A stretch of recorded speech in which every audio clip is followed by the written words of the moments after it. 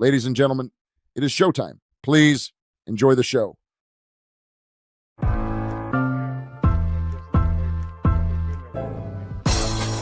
It's the corner where the treats at. Is this the passing of the torch, right? Is this what this signifies? It comes down to that front office and what they feel is most important. The champ is here. We've touched down from a higher plane. Why you made it here? We always look forward to that week because it was always intense. You know that we ain't coming back. We about to. The man, the myth, the legend, Dante Hall. My favorite player growing up was Dante Hall. I love you guys on the show, but Dante was my guy. Get to dashing because you done on the warfare. It's week 12, and things are getting real for the Kansas City Chiefs. After dropping 2 straight, every game from here on out feels like a must-win, and it is a must-win. Starting this week against the Indianapolis Colts, the Chiefs are 3.5-point favorites, and you know Mahomes, Kelsey, and that entire locker room are locked in to get back on track and reassert their dominance in the AFC. FanDuel has every angle covered from Mahomes' passing props to Kelsey's receptions to how this defense plans to slow down Indy's ground game. Want even more action? Build your own same-game parlay and ride with Chiefs Kingdom as Kansas City fights to get back into the win column. With fast payouts and an app that's smoother than a Mahomes sidearm throw, FanDuel makes every snap feel bigger. And don't forget, every Friday on Chief Concerns, we drop our best 5-leg same-game parlay for the weekend. Plus, JD's 10 Keys to Victory, breaking down exactly how the Chiefs can handle business against the Colts and get the season back on track. Download the FanDuel Sportsbook app today and make every snap count. Chiefs versus Colts in a must-win football game. It's time for our Chiefs to respond. Attention all sports bettors. Big news, Chiefs Kingdom. Sports betting is finally going live in Missouri on December 1st. So we've partnered with bookies.com to bring you all the best sportsbook promos and sign-up offers in one place. Head over to bookies.com/chiefconcerns. The link is in the description below to check out all the offers from the top sports books in your area and pre-register today. You can lock in those bonuses now, even before betting officially starts on December 1st. Hey everybody, welcome to another episode of Monday Morning Tight End on your Monday evening. I'm Marcus Dash, our guy, former Chiefs tight end. Jason Dunn, our birthday boy, will be joining us shortly. In an episode, we'll be kind of going after everything, looking after everything from the game yesterday, grading everything. We told you guys in the post-game show that, while JD and I do look at things constructively and, we constructively criticize what we see on the field, JD's not going to mince his words. He never minces words on his grade show. I know some people said we were being too soft on the team last night, which I don't think we were at all. But I said, come on to today's show and you'll see that JD doesn't give out A's that often. And obviously, with what we saw yesterday, probably won't be seeing much A's today, if any. Probably not any. So, yeah, let's just enjoy tonight's episode. Last look at this Broncos and Chiefs game until we close the book on it, and then we get into Chiefs-Colts this Wednesday. Wednesday show, we will have Chiefs defensive tackle Mike Pennell on. Mike Pennell will be joining us on Wednesday to kind of preview this Colts game, talk to us about what is going on in the locker room, what's the vibe like, what's the sense of it. Mike messaged me shortly after the game last night saying, hey, I didn't come on during the bye week. I still want to come on the show. Is Wednesday night fine? I said, heck, yeah, come on. Come on, Mike. We need you. The fans want to hear from you. We need a veteran voice to make everyone feel better about this 5-5 season so far. So yeah, we'll have Mike come on Wednesday. Should be exciting. So everyone hop in here, tell your friends, tell your sisters, tell your brothers, tell your cousins, tell your mothers, tell your fathers, get him in here Wednesday night and hear what Mike Pennell has to say about the Colts and just how the vibes are in the locker room as of right now. They're a tight-knit group, so we know everything will be good. And I'm hoping for the best. I'm optimistic about this Colts game, right? Dropping 3 straight. I don't know if I could see that happening. I feel like Mahomes and the fellas and the defense is going to kind of rally together and right this ship. And again, Colts have a good record, but Colts aren't unbeatable. They aren't world beaters, guys. They lost to the Pittsburgh Steelers, okay? You lose to the Pittsburgh Steelers, you win a world beater, okay? Especially Aaron Rodgers can't move around anymore, Aaron Rodgers. Okay, so let's just say that. We'll get into the Colts on Wednesday. But before we get into the actual show and before JD comes in, I want to give a shout-out to some of our fans who I know, Hippie Cypriot sent me her email, her address to get goodies because she won the week 1 of the holiday giveaway from our guy Corey, the artist chief. Let me put that up here. So obviously, guys, it's holiday season. We're giving out goodies for the holidays, and all you got to do is go to our Apple Podcast link in the description, give a review, also put your YouTube handle in there so we know who you are, and then, of course, write a great review, and a bad review if you want to, but hopefully it's a good one. And be in on this Christmas giveaway from our guy, Corey, the artist chief. We'll also be giving away Chief Concerns headbands, as well as so Chief Concerns headbands, as well as some of the nice prints from Corey, the artist chief. And if you like his stuff, you can go to his website and you can buy stuff from there as well. Hippie, our first champ, Hippie, will be getting that out to you hopefully before or after the probably after the holidays, but we'll ship it off to you. Don't you worry, Hippie. We want to collect all of our giveaways and all of our winners before we send all of them out. So probably that's why after the holidays. Jeremiah de los Muertos, I'm not an Apple supporter. Sorry, man. Sorry. Classic Media just got back from Denver. The Denver fans were annoying. They kept crying about every flag even when it went their way and kept crying about how many. Yeah, I've seen it a lot today. It's like, okay, you guys won, so you can't really say the refs helped us when you guys won, right? So, I mean, kind of defeats the whole purpose of them helping us, right? They'd help us. They'd help us win. We didn't win. So, yeah, even when we lose, they still want to say the refs helped us. It's idiotic. So I want to give out our next victory. So we have another review on there, another winner. And I don't know, he's usually on here. I don't know if he's in here tonight. Let's go. Drum roll, please. Who is our next winner of our Chief Concerns holiday giveaway? And that none other than goes to our friend, our guy, the biggest fan of my brother that I know. It's our guy, Will. Will with a amazing review, a 5-star review, the best Chiefs show in the world. It isn't really a debate. This is the best show for Chiefs content, point blank, period. Marcus is very knowledgeable, longtime fan. His brother Tasia with outside the box takes, and Jason Dunn, the world-class tight end for the Kansas City Chiefs, with players' perspective and inside knowledge of how it works in the locker room, on the field, in the film room. And JD has the knowledge the fans want to hear. Nice, paying homage to our In the Dungeon song. Fans to get to call in and talk ball with the crew. Great from every position group and coaching staff from week to week, as well as mid-season and end of season. Before every game, Jason Dunn gives the keys to victory, laying out everything you need to look out for against a specific opponent last week. No matter way to get you hyped. Tasia Marcus giving you best take care. I mean, this is a great a promo. I mean, Will, amazing, buddy. No other podcast makes you money just for watching and copying their picks. This is the best Chiefs podcast show in the world. Make them part of your weekly Chiefs content. Let's go, Tasia. Will. So this guy, Will, you're the best. Will, send us your address to chiefconcerns@yahoo.com. We'll send you something, buddy. We'll send you some of the goodies that we got. Appreciate that. It really means a lot with that review right there. Biggest Chiefs fan right there, or biggest Tasia fan right there is that guy, Will.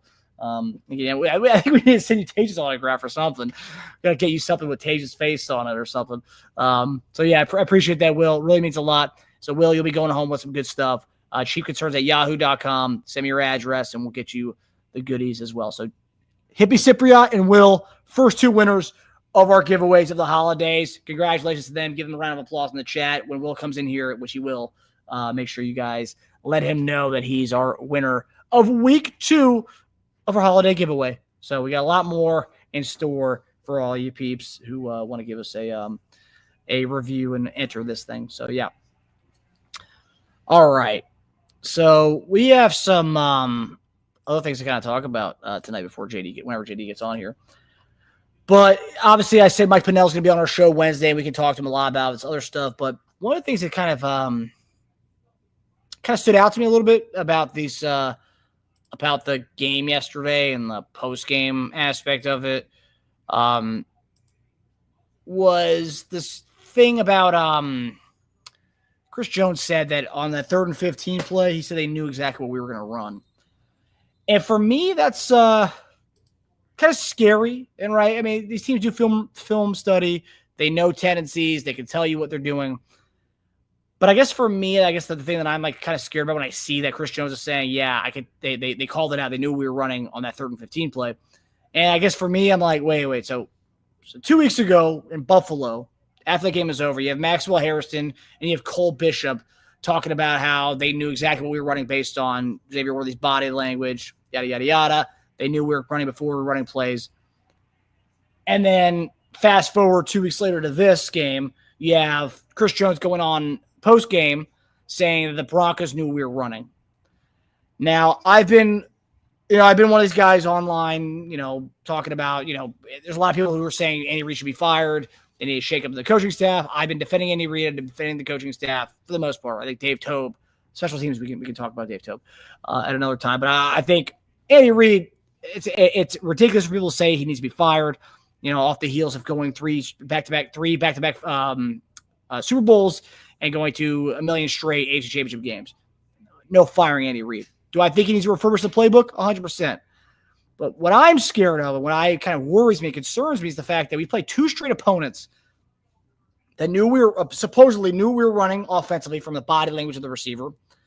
And then secondly, in this Broncos game yesterday, Chris Jones says they knew exactly what we were running before that play, that huge 3rd and 15 play. Now, how is that possible?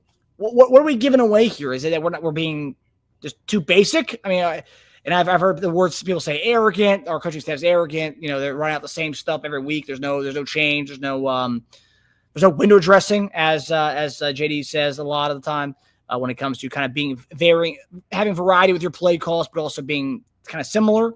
Is there none of that? I mean, I don't understand that, and that's kind of surprising and scary because we are this legit team. And we shouldn't be giving away play calls to other teams before the snap, right? I mean, that's 2 weeks in a row. I mean, that's like something I would hear from a team that's going to go 0-18. That's the kind of stuff you hear, not from us. So that's one of the things I want to ask Mike Pennell about, just because for me as a fan, it's like I trust this team. I hope we get back into the win column. I think this Indianapolis Colts game will be the first one. But the fact that we have 2 straight weeks of this, and this, especially this one, because coming off a bye week, I feel like we'd be more polished, maybe dust off some of the old plays, maybe some new stuff. I don't know. It's very surprising. I don't know if anybody else in the chat also heard that and thought, man, 2 weeks in a row of us giving away our plays and they just knowing what we're running. That's wild to me. Andre Chanel, someone's spying. I mean, I don't know if it's that. I mean, I think spying. I think it's more of like, we just kind of see what they called it out before we ran that play at the end. There's cameras in the stadiums. We've heard that as well. Corey Robinson, I'm not sure we have everyone buying in on the field. If you're not getting the ball, still have to run hard. Yeah, I mean, you're right.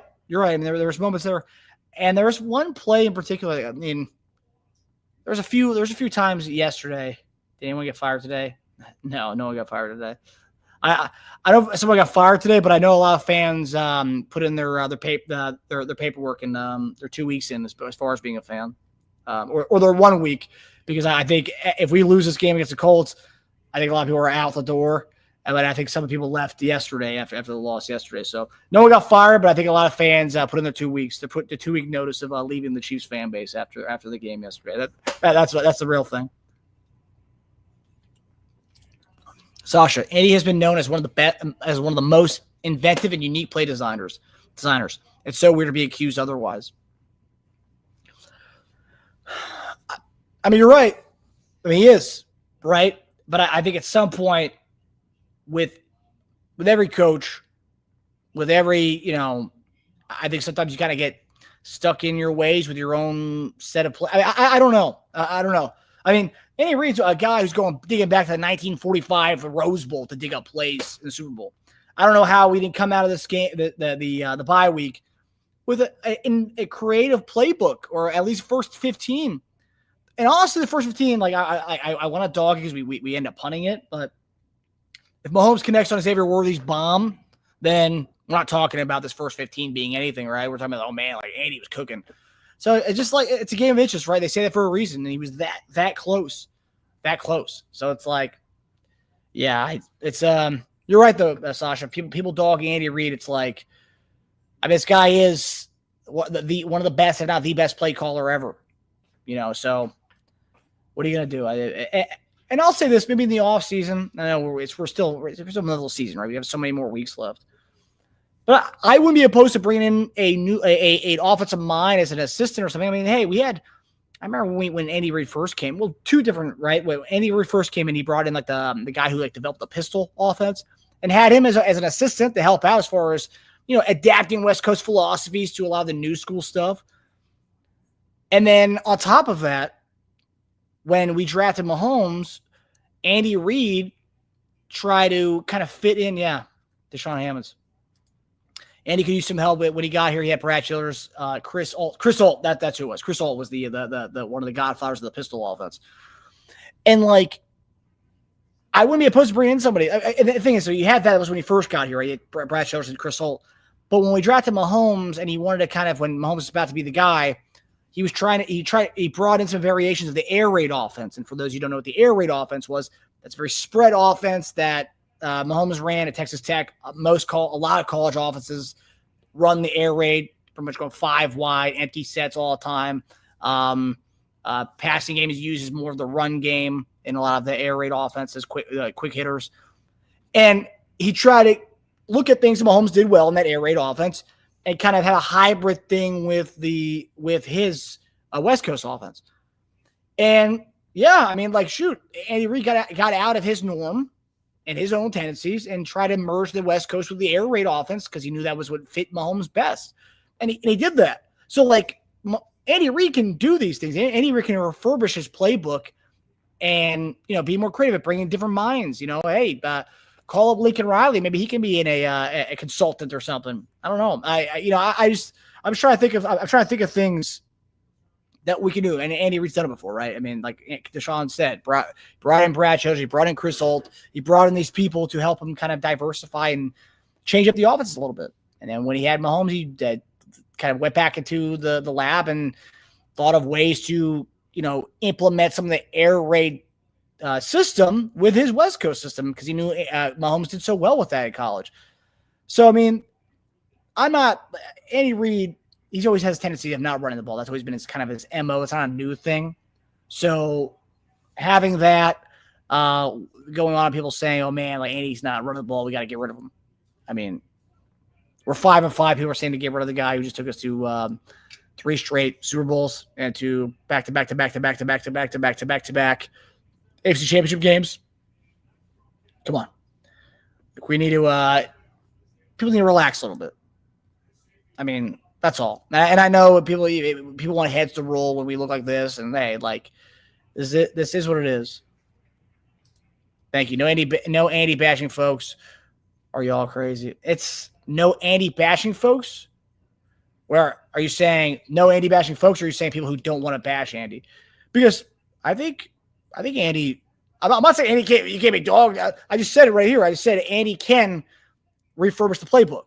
I think he can bring in different offensive minds to come in and talk to strategy and kind of think of different ways to don't bash him. Oh no, MJ, I'm not saying to bash. I'm not bashing Andy right now. What I'm saying is to the people who want to fire him, that's ridiculous. But to the same token, I'm saying, hey, you can bring in, like he has before, brought in different minds to kind of have workarounds. Kind of, look at the playbook and kind of change up things maybe a little bit. I mean, he's done it before. He did it when he first came in, and he did it when he got Pat, right? When he had Chris Holt. Yeah, exactly. Okay, good. We're on the same page. Jeremiah Tolos Muertos, we need Alex Smith. I mean, Alex Smith could bring, Alex Smith played with Urban Meyer at Utah. He played with the Harbaugh offenses, which were, pretty bread and butter. But then he came to us. He could have Andy's played in this offense too, so he has perspective and a lot of different things. Yeah, I would love that. And that's a young mind. That's a new guy. It's a quarterback playing in the league just a few years ago. So yeah, I wouldn't mind Andy Reid. I wouldn't mind Alex Smith at all. That'd be pretty interesting. Yeah, that's not bad. And he played in Urban Meyer's system. That's a guy playing a very different college system at the time. And things have changed a lot since then, but still, that's a guy who can bring a lot of knowledge to the quarterback room and to the offense too. So I wouldn't mind that. And that's also a youthful, progressive mind, a new mind. So I wouldn't mind that at all. John G. Pat had a horrible game. There's no denying that. When we look and see that Bo Nix outplayed him yesterday, you know you didn't have a good game, right? If Bo Nix is outplaying you, and if we have any Broncos fans in here, I'm sorry, Bo Nix is not a better quarterback than Patrick Mahomes.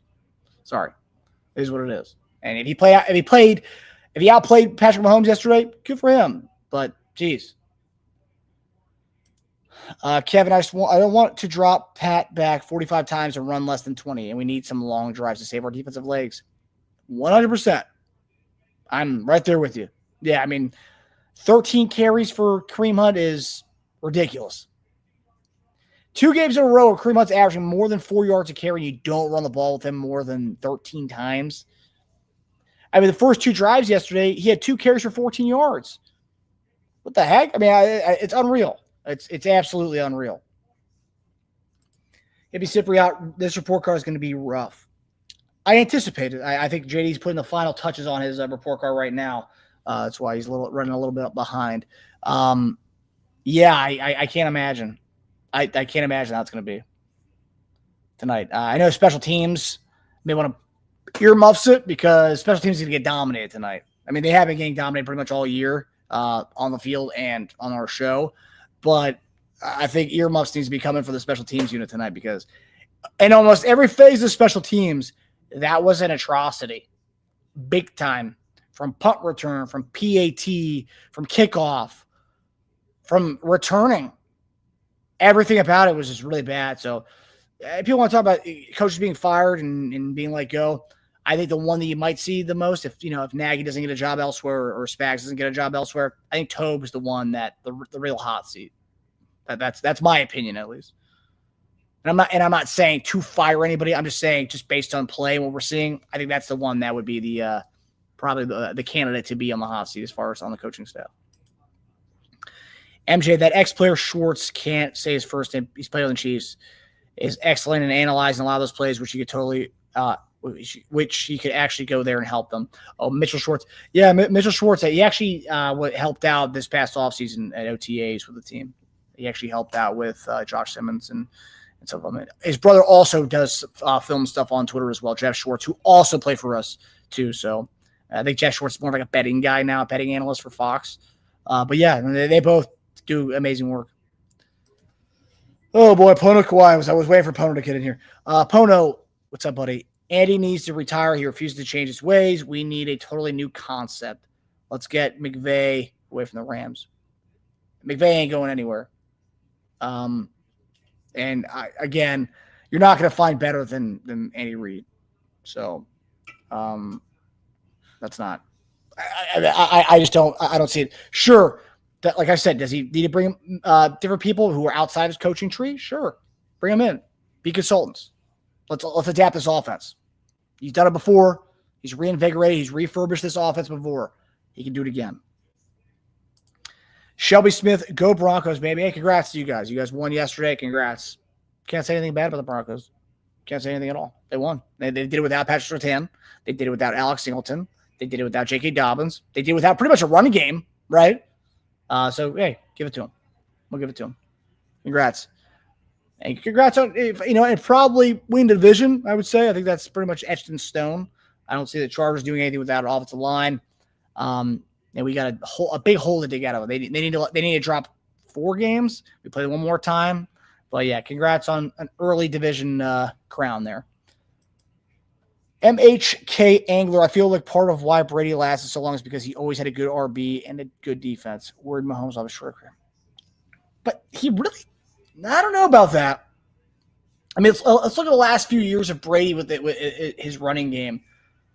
I mean, Shane Vereen, James White. I mean, these weren't like 1,000-yard running backs. Like they had like mostly guys who were kind of like what we have right now, guys who are good at specific things. So he didn't really have like these dudes, right? Like, yeah, Brady actually never had like a really like solid like guy. He just had guys who were kind of like what we have right now, dudes who can do different things. So yeah, like Danny Woodhead, that was like a pass catching guy. Rex Burkhead, also a pass catching guy. James White, pass catcher. He's had guys for different things. He didn't have he had a committee essentially. And our guy JD is joining us now. There he is. What's up, JD? What's up, Marcus? What's going down, my brother? How you doing? Pretty good, man. Pretty good. Just talking about our chat here. Just some things that have come out since. Well, I'm really just defending Andy Reid on the chat here. Is what I'm doing. You defending Andy Reid? Yeah. Why? Andy needs defense? Well, Pono had a comment here, and that is just based on what I've seen from the kind of Twitter. A lot of people saying that Andy needs to go, all this stuff. And I said, well, A, what we talked about yesterday, you're not going to get better.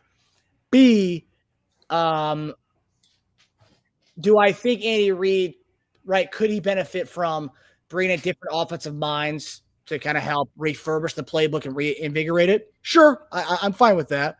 And because we've seen it throughout the years. When Andy Reid first took over, he brought in Brad Childress and Chris Alt. Chris Alt was one of the godfathers of the pistol offense. He had those guys come in and kind of, put the offensive brains together and, make kind of have a creative playbook, add some sprucing up to his normal playbook.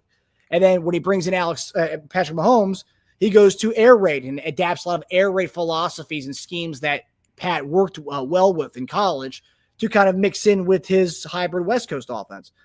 So, it's not out of the realm for Andy Reid to go back to the lab this offseason coming up here to try to refurbish this offense in another way. And a lot of people are acting like that's oh, no, you have to fire him. It's no. Coaches can do a lot of other things besides getting fired. No. I mean, Andy Reid is the best offensive mind, one of the best ever. And he'll go back to the lab this offseason and, figure out a way to spruce up things. But the firing, it's just unreal. I can't stand that.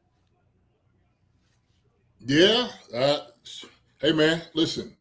You know what happens when you're struggling and you're down. They always want to fire the guy.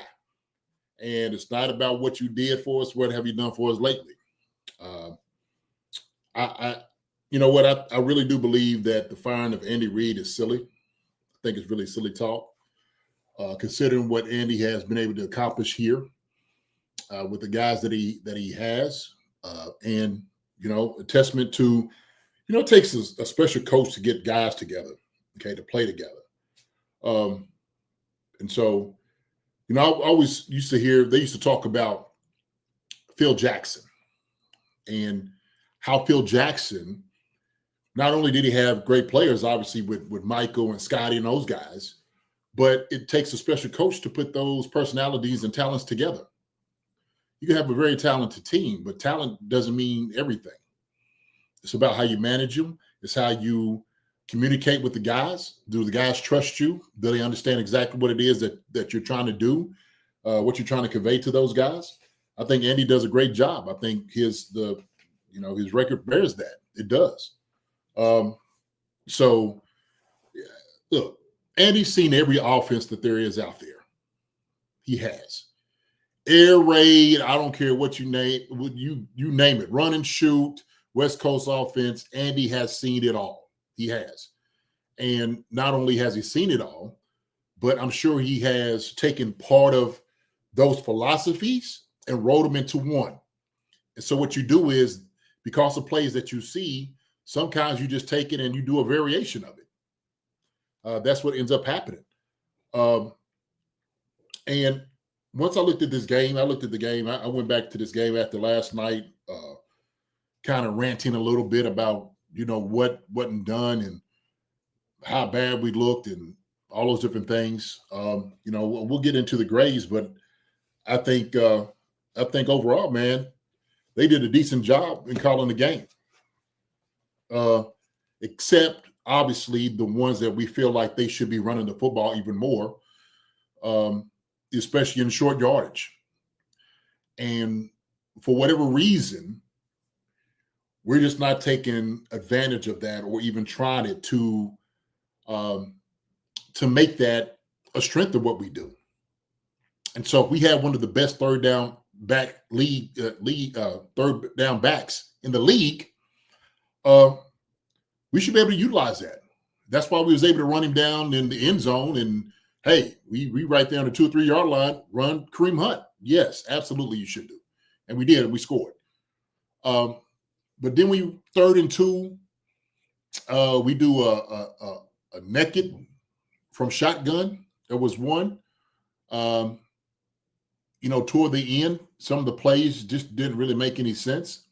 That's why it felt like, when Pat talked about the momentum, it seemed like once they went down and tied the game, it seemed like the momentum shift because obviously you're playing on the road, but you had to go into that attack mode, right? That's the attack mode now where the confidence comes out. And it didn't really see as much attack mode for me those last two series, those last two, balls in our hand. I just didn't see that. I see it more of I said, you get careless and desperation, but I seen it kind of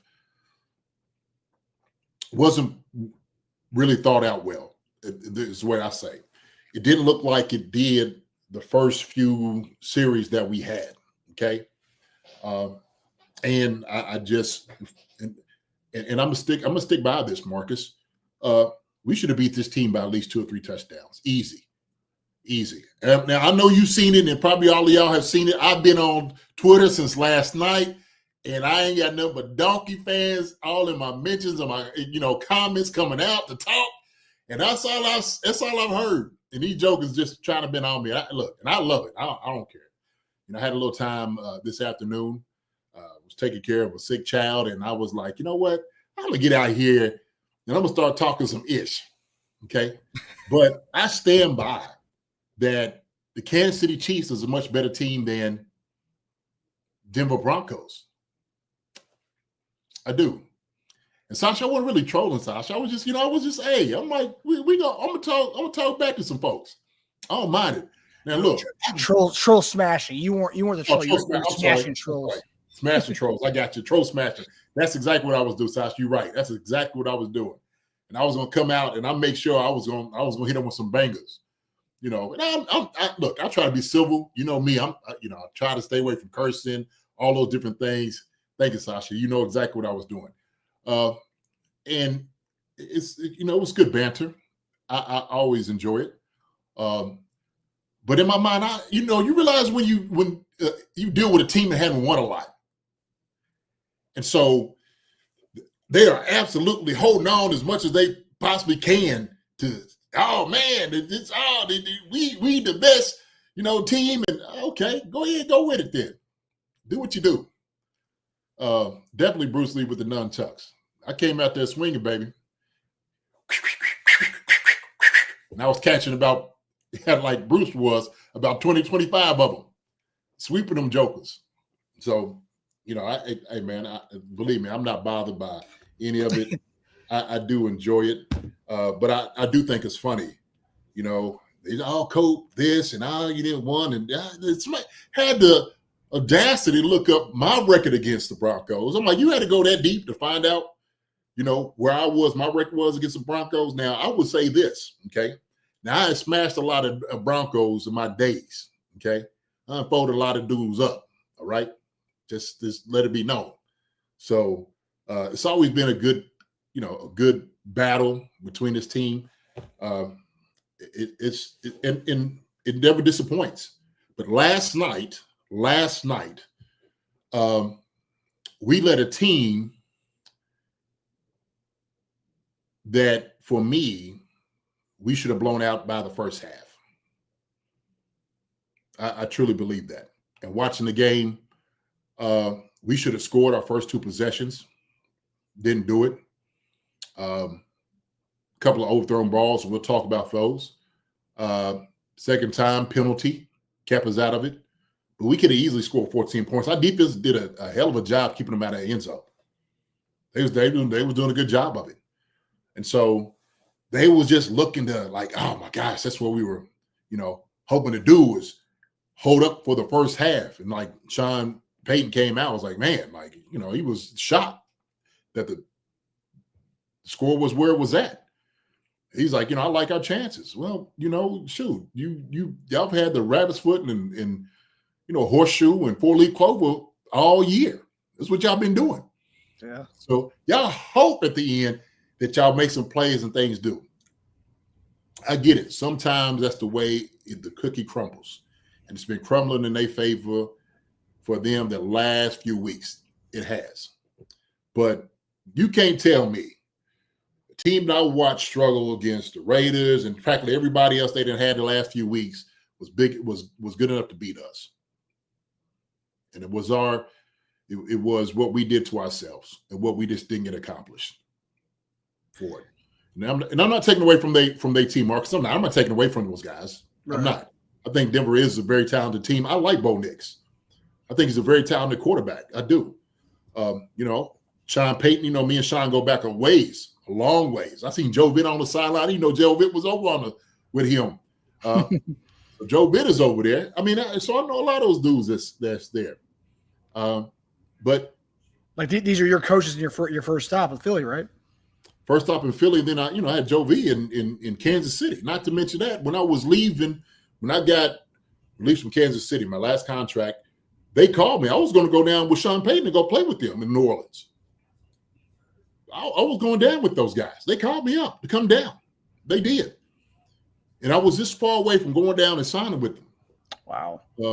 And, shoot.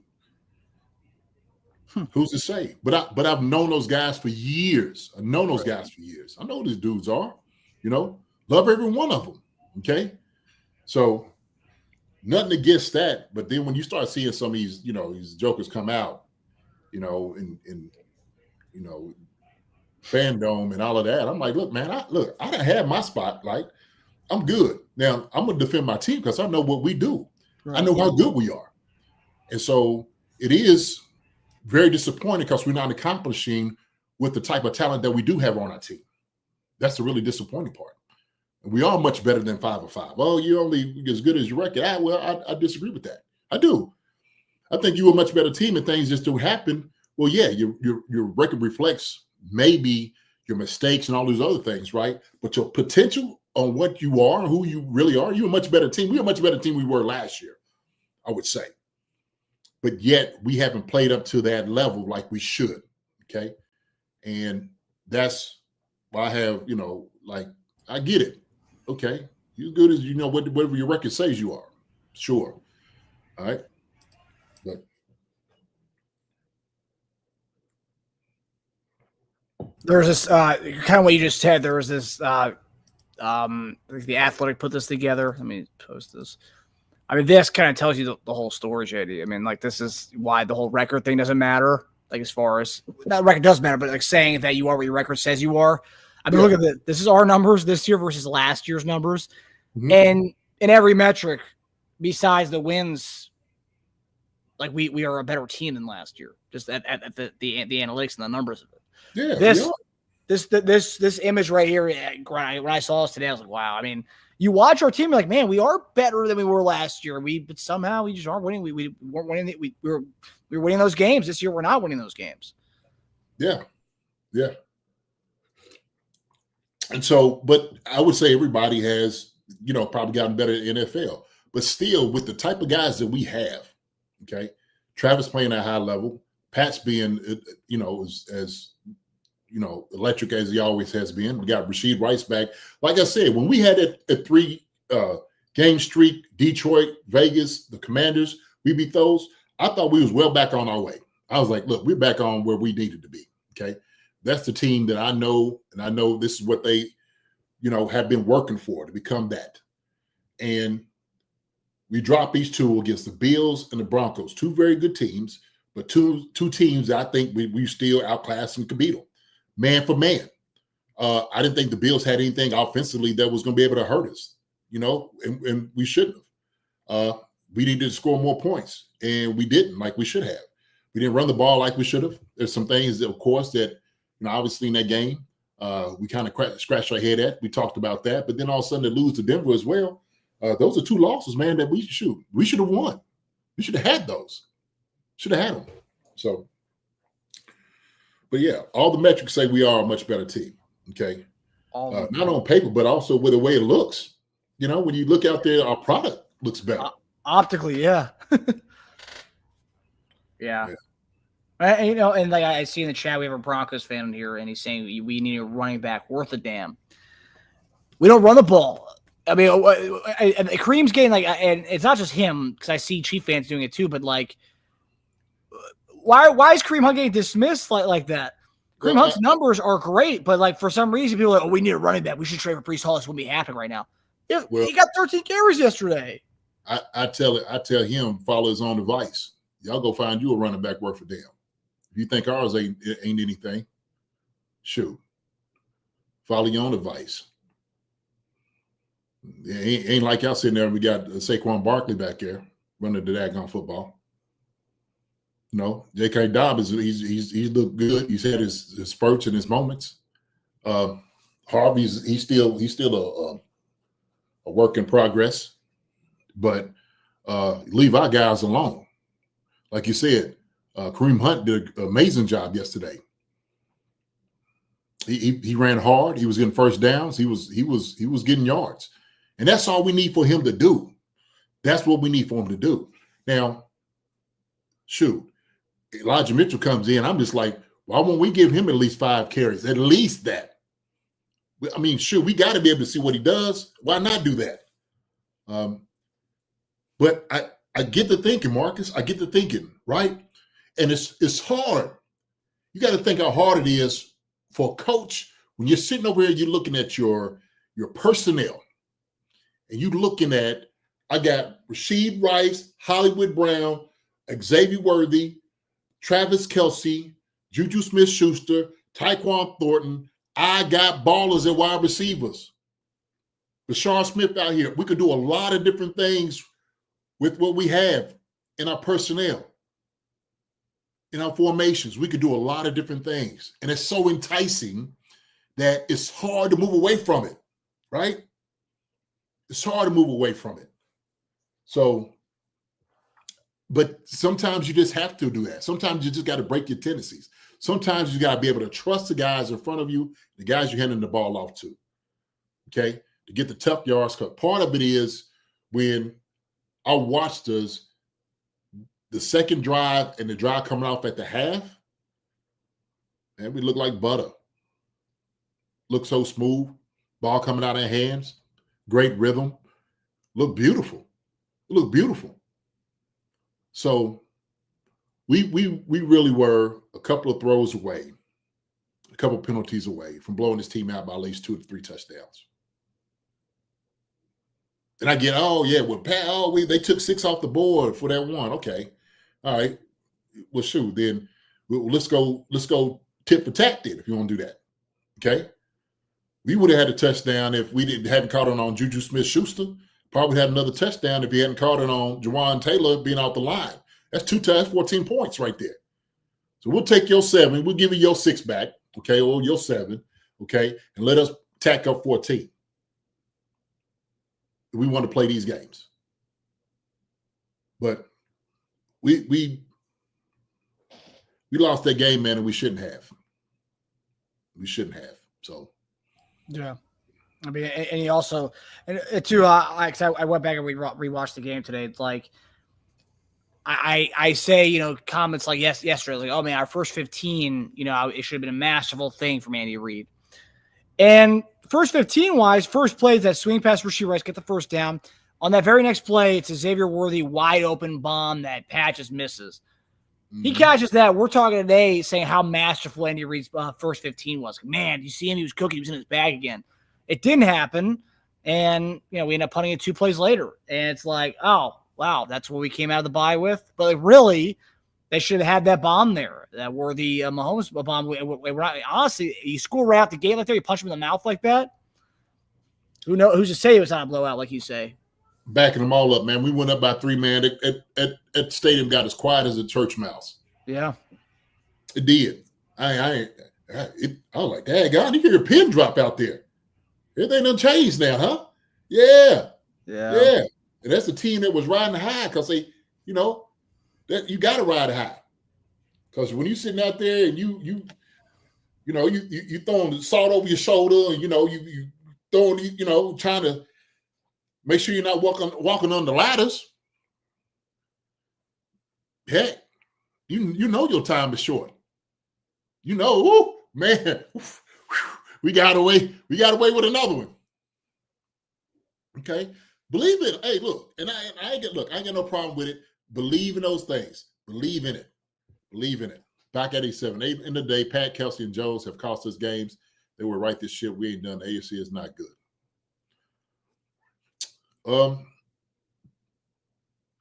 Appreciate it, Baca. Appreciate you. Appreciate you, buddy. Yeah. Team sport, I don't really put it on one person, Baca, just just don't. And I get it. And it's hard not to, but those leaders in the room, they know how to win.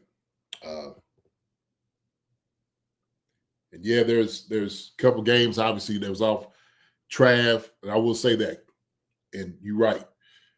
Not just necessarily them, but they've had plays that we know they should have made that probably could have won the game or determined us in a different way. Okay. But there's a lot of football in between all of those plays that were made that doesn't determine the game either. Other guys got to do their job too. That's why football's like the last true, they say, team sport. Because you have to rely on the guys beside you. That's in the locker room. Everybody's got to do their job, man. They do. JD, I know before we get into the grades, I did want to ask you because a couple weeks ago it was a big topic on our show. The whole Buffalo Bills saying they could tell what we were running based on the body language of Xavier Worthy, and that was a big key for us. I mean, Patrick Mahomes talked about saying thank you. We'll fix that. And then you fast forward 2 weeks, you have the bye week, and you think, okay, everything's gonna be right. We're gonna get right. We're gonna have unreal schemes coming out of the bye. Yeah. And then yesterday post game, you have Chris Jones come to the mic and say on that 3rd and 15 play, he hears the Denver offense kind of calls it out, saying what we were running. He said, I heard them. They knew we were running on that 3rd and 15 play. And to me, it's kind of shocking, right? We have 2 straight weeks, 2 straight games where the other team's calling out essentially what we're doing. One on offense, one on defense. What does that tell you, JD? I mean, because people online are saying like, what? I mean, are we just like figured it out at this point? Like the fact that like they can tell we're running based on Xavier Worthy's body language, and then they're calling out what our defense is running right before the play. I mean, Chris Jones, like they knew we were doing on that play. What does that tell you? Is that more common than we think as us layman fans? I mean, is that more common than we think that teams just know what they're doing just based on a big time film study and all that stuff? I mean, what does that tell you when you hear that, JD? It's film study. That's all it is. It's film studies, and then it's knowing your tendencies. And so we may get caught running the same thing, or you could call something out, and you can run a variant of something, right? So if you're trying to run, disguise something that maybe a formation or personnel looks like, you could do those things. Make it look like something else. Oh, this one is, and then do something completely different. But even in that, we got to be able to have some, playing some chess here, gamesmanship, and knowing these are 2 teams that know each other really well. Okay, we are in the same division. You see them twice a year. They're watching all your films. I mean, we're talking Sean and those guys. They know Andy. Van Joseph knows Andy. I mean, they're doing all the work. They've done all the work during the offseason to know kind of what the guys are doing. And then they start looking at seeing, okay, this is what it looks like now when they're in this kind of coverage, or they're in this personnel, when they're in this nickel package or dime. This is what they're going to do. So 3rd and 15, yeah, they're calling it out. We should have a counter. We should definitely have a counter. So you hear all these guys, right, that talk about,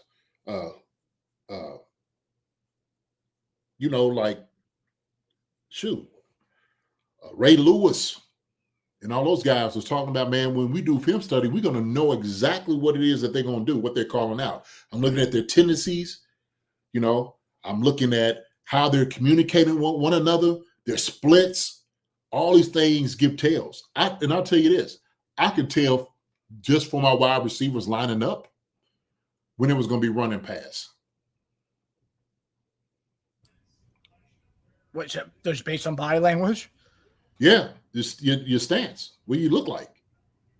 I could tell, from my tackles, Juwan is sitting back if it's going to be run or, how you lining up. And he was fine the first half, but then when the game started, getting later, we start getting later in the game, starts backing up a little bit more, because now they're trying to jump our count. And a couple of times I'm like, this sucker's offsides. Like, how are they not calling this? He's definitely offsides. And that's where we should switch up even our cadence or our snap count. We should have that going into the game, knowing that a team that knows you well is going to be try to be on top of everything. So, it's counter, then there's counter punches, right? And it's like when we watch boxing. You a boxing fan, Marcus? Yes, Yeah. sir. Okay. I love it. And so we know when we watch guys like true pros, like champions, get into it with each other, and you see in the first 2 or 3 rounds, they hardly throwing punches, right? And they filling each other out. And it's like, yeah, and everybody's like, man, why is it so slow? And all they're doing is they're figuring everything out, right? What's going to work, what's not going to work, who's slow, I'm setting you up for this. And so, like, them on the bees, man, this is chess. God, this is chess, it's not checkers. And so when you go into it, you got to know, look, they may know our calls, and sometimes you wouldn't even care. Like, sometimes we wouldn't care. In our era, we didn't even care. Everybody in the stadium knew he was going to run the ball one way or come outside. We was like, y'all stop it. Still stop it then. Still stop it. So it doesn't matter. So because then all of a sudden, that's when your talent comes through. Now my guy's going to be better than your guy. Now my guy, yeah, Travis Kelce's going to run this, but guess what? Travis is going to win this on the end, right? Go back to Travis. We didn't say it. Travis should have been, some people, Travis should have retired 5 years ago, right? Oh, he's so slow. He's so washed. And that's what got me. People saying he was washed. I'm like, Travis had 100 yards. A touchdown? If that's washed, shoot. Give me washed then. Let me have that type of wash, if that's what it is. Right. Still cooking jokers. Young boys out there. I mean, him and Hunt, you can make the argument were the guys that provided the biggest juice in our offense yesterday. Yeah. That's fair. Yeah. That's what they did. And Kelsey was juiced up too. He gave the Hulk Hogan to the crowd after he scored. You wanted to hear him because yeah. Good stuff, man. That was good stuff. So we'll get into the grades for this week's game, and then after that, guys, we're gonna close up this Broncos game. We'll reference it again when we play them in a few weeks. But for right now, we're gonna put this game to bed after this grade show, JD, because it's on to Indianapolis, and like I mentioned in the opener, guys, Chiefs defensive tackle Mike Pennell, who was supposed to join us during the bye week, had some internet connection issues. Messaged me last night after the game saying, hey, can I come on this week? I was, well, what better time to come on this week? The Chiefs Kingdom needs to hear from the voice of our veteran on the squad to tell everybody it's okay. And all our eyes are in Indianapolis and game by game now. So having Mike come on this week will be great to let us know what's going on in that locker room and why Chiefs Kingdom should not be as worried as many of us are out there. Well, yes. Great. It would be great to see Mike, man. It'd be great to see Mike. Mike can tell us a little bit, he can't tell us everything, but he'll tell us what he can and just really the mindset of it. But these guys haven't given up. They haven't quit. To them, hey, we win this on out, we good. That's how they feel about it, right? So 1, 2, 3, 4, 5, 6, 7, 8, 1, 2, 3, 4, 5, 6, 7, 8 more games, right? Is that where we at? Shoot, man, we good. I mean, you run the table on this. Hey, shoot. 7 more games. 7 more games. 7 more games. Okay, 7. 1, 2, 3, 4, 5. Yep. Okay. So run the table on these 7 more, right? You finish up 12-5. Do good at 12-5. And I promise you, nobody wants to see us. Nobody wants to see us. So I told him about it. I said, man, y'all enjoy it while y'all can. Because it's gonna be a short thing. It's gonna be a short thing. So yeah, it is what it is. You know, hey man, 5-5. Hey, let these guys dig them out. They're the guys that's gonna be able to do it. They are. They're gonna be the ones to be able to do it, man. So And yeah, like the percentage to get in the playoffs, about 60% to get in the playoffs as of right now. I will say this too. It's like, I know losing that game yesterday kind of hurt our chances to winning the AFC West, but even if we run the table, I mean, it's the NFL, man. We saw the Steelers beat the Steelers beat the Colts a couple weeks ago, right? And everyone at the time thought the Colts were the world beaters. No one was going to beat them. So anything's possible. So the AFC West is still up for grabs. I would say, yes, it's not. We're not the favorites to win it anymore, but it's still up in the air. So we went out, we just handle our business and let the cards fall where they may. Just got to take care of our stuff and let the other stuff happen. But yeah, I mean, I don't doubt us making the playoffs, and I don't doubt us still have a shot at the AFC West title. I want that decade-long streak, JD. I want that 10 in a row. hey man. At a certain point, you know, the main thing is the main thing, right? Yeah. So regardless of that, Super Bowl is where it's at. It's the only championship that really matters. Yeah. And when it's all said and done, you ain't trying to just win, you know, the AFC championship. You like to, you know, or be, you know, the ones, you know, leading your division. AFC championship, we're gonna get that. Super Bowl is one that really, truly, truly, truly matters. Okay.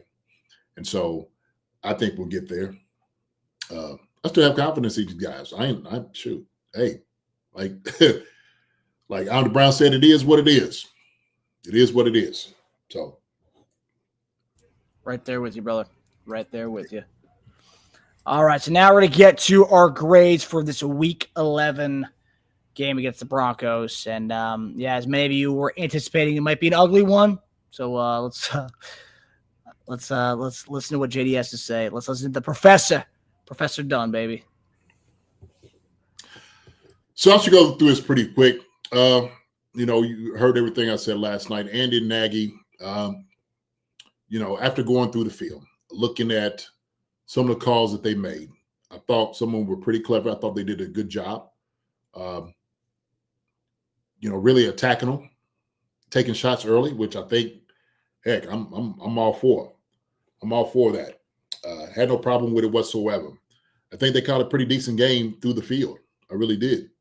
And so, like I said, after my temperature toned down, the one problem I had was some of the third down calls. And, of course, the last 2 drives is, I think, what really did it to me that kind of hurt their grade somewhat. But I think overall, I think they did a pretty decent job. Okay. First half, I think they did a good job, man. We just didn't capitalize. We had a lot of penalties that hurt us. There were some drops that guys had that we probably should have had. So y'all gonna be surprised with my grade, man. I'm actually gonna give them, you know, because of, you know, the third down calls, in the last 2 drives. I'm gonna give. I was thinking of B-, actually. B-, C+. I think they came in, man, with a pretty good game plan, pretty decent after looking at it. Sometimes we just got to execute.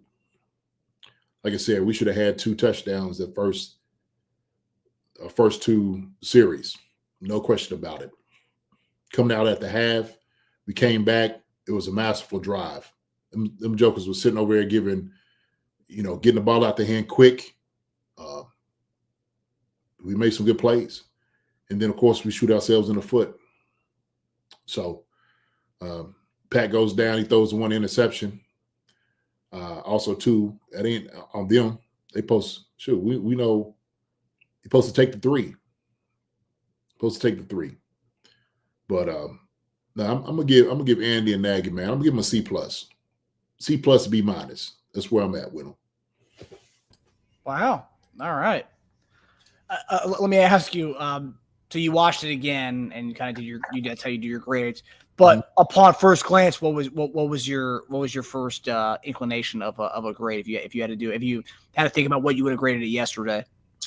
I mean, I was all in my feels just looking at the game, but I think it was all at the feels toward the end of the game. What it was, the third down didn't make any sense to me. Not running the football didn't make any sense to us, at least to me. I know, so I was upset with that. I was, and so when you do look at the lack of runs, 3rd and 2, you having a naked and ain't nobody there, and you're trying to run screens and whatnot, and you just don't attack the middle of the field like you should.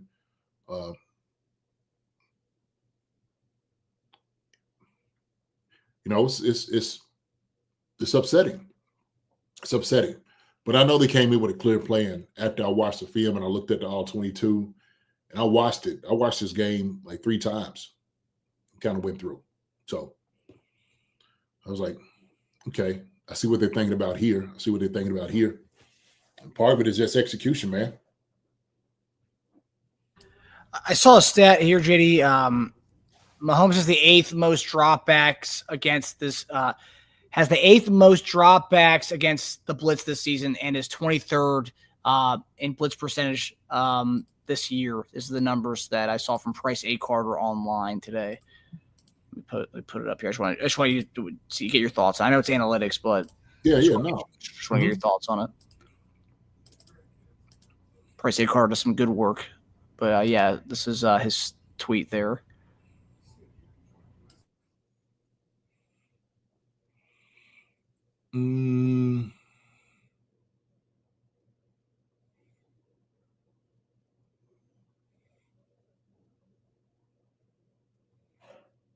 What do these numbers tell you? Because they obviously insinuating that Mahomes isn't good against the blitz this year, and usually he used to slice and dice teams when we get blitzed. Yeah, that's what I see. It goes into as well. I think also, like Pat said, some of the blitzes he didn't see, and I know he's thinking downfield, but he should be more constant as far as like he said, turning the protection or knowing like somebody's blitzing, like the receiver who's in a slot should be calling something out, should be alerting him that it's a blitz. He's coming. I mean, it should be something. And they should know I should turn immediately right now to catch the football. There should be a built-in hot right there. It should be. And there's no reason to take a sack when you should know these guys are coming. You should expect them to come. If you're scanning and and you're looking, you should know this.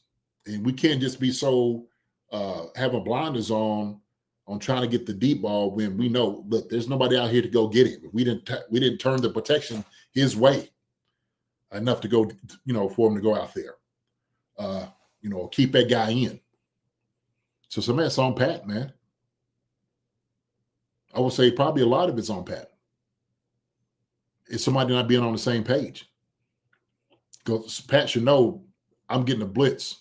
The ball should be coming out of my hand right now. It should be a built-in hot. And so I don't know if if they're not seeing it, who's ever, who's coming on the blitz, a blitz guy, they're not letting them know, they're not communicating. Either way, or maybe Pat's thinking I could get this ball off before the blitz comes to me.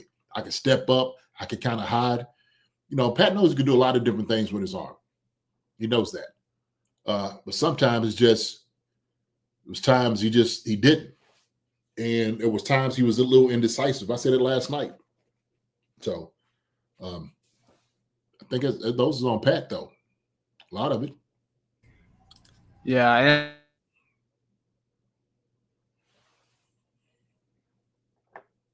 There are a lot of RPOs that Pat's throwing, not running on those RPOs. He's throwing instead of opting to hand it off.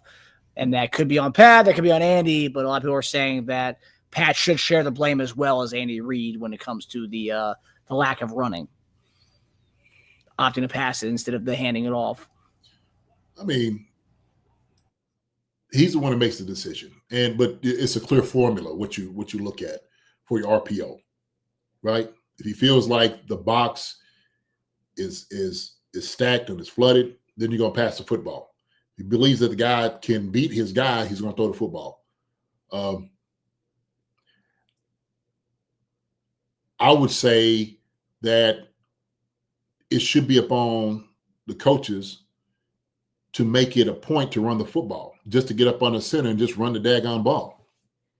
So there's nothing really profound about that. Just do it. And sometimes we just don't. Yeah, because you could get in shotgun and do that, the lay draw but shoot, man, heck, you could still be outnumbered. Yeah, You find somebody coming off the blitz, we could be wrong. So, yeah, that right there, that last one where he got, Pat should have seen him coming, and he just didn't see him. He was totally looking down the field for something to get a first down. And that's why I think coach is supposed to help him out. But he's supposed to be turning that protection out that way too. So, but Pat on this grade number 11, I think I sent you something. Did I send you something? Yes, you did. Sorry, I didn't see that till now. Let me Okay. Pull it up. What I will say is this.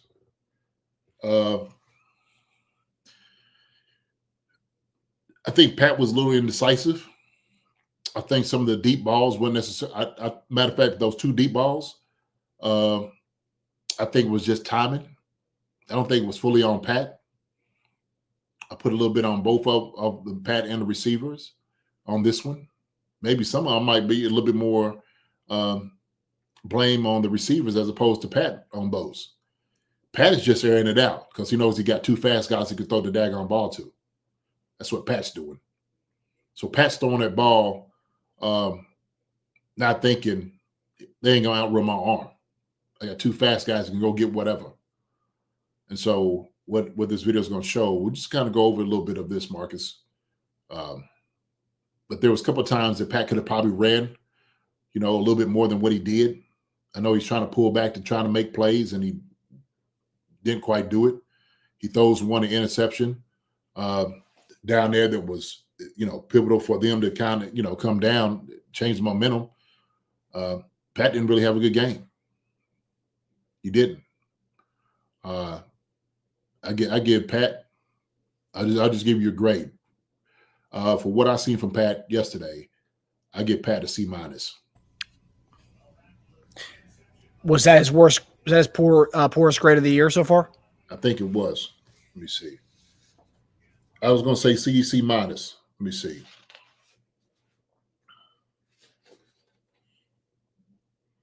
No, he had one prior to that. Was the Bills game? I think it might have been Bills game. Oof, back to backs. Yeah, it could have been Bills game. Yeah, C- is where I see Pat at, man. I'm gonna do C. Pat got a C for me. I'm gonna be too hard on Pat. C. I'll go C. Yeah. But that interception down there, man, was Horrible. It was a bad decision. He was making some bad decisions. Looked a little confused on some of it.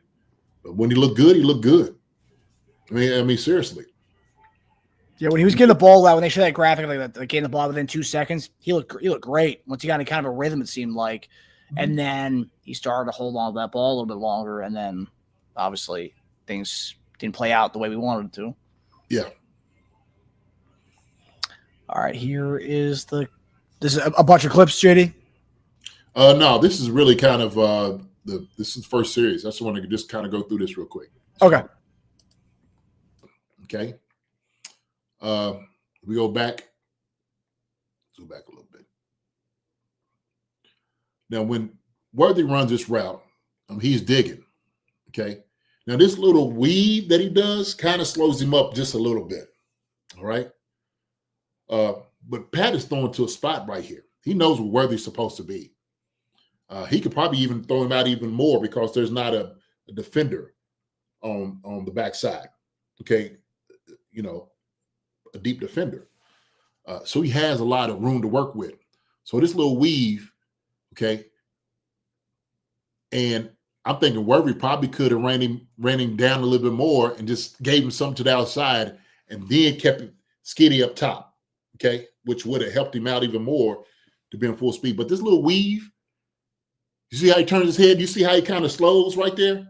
Yep. Slowing down because now he's like, okay, where am I at on the field to catch this ball? Now he's looking in the air because he knows it's coming. I mean, this is a plan. This is a plan play. Mm-hmm. It's a plan play. And so Pat's sitting over there, and Pat is sitting there thinking, oh, this is a drop in the ball. Man. Just right Okay. there. Yeah. So same thing. He's just, he's trying to throw right here to Noah. Right? Now, if this is Trav running this route, Trav might be turning to where he knows he's supposed to be at, right? The Pat's trying to throw him open. Okay. He's trying to keep him from the outside guy. You see that guy trying to squeeze Hollywood Brown on this, right? So Pat's throwing, this is a hook shot. Ball, okay? Now, just misses this. He's just waiting for him to sit. He's waiting for him to sit, and Noah kind of drifts. And Pat's just waiting to just sit. Just sit in there hole. The little things. Right? Sit in the hole, ball. But it's right. We don't need to watch that play. No, I got that later. I'm going to send it to you later. When we go. Oh, okay. But it was things like that, Marcus. It was little things like that the entire game that just kept us from absolutely decimating this team. That our mistakes helped them stay in the game. If you look at it, they had a couple of big plays, which we shouldn't have gave up on defense. They really kept them in the game. They kept them feel like they were a much better team than they were. And it wasn't necessarily something they did. It was us. They were not covering. Fulton completely missing the jam on his guy.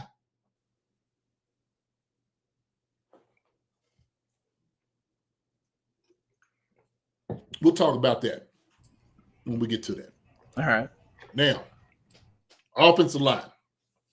I was hard on these guys last night, and daggone it, why don't we do this and do all of that? And I looked at them, and they did a pretty daggone good job protecting Pat. They weren't too bad in the run game.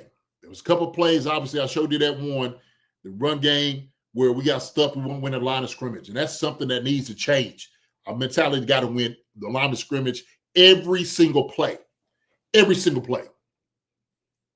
And we shouldn't have penalties with Jawan Taylor and, Josh Simmons. Josh Simmons looked good out there yesterday. He looked good. But those guys had a problem.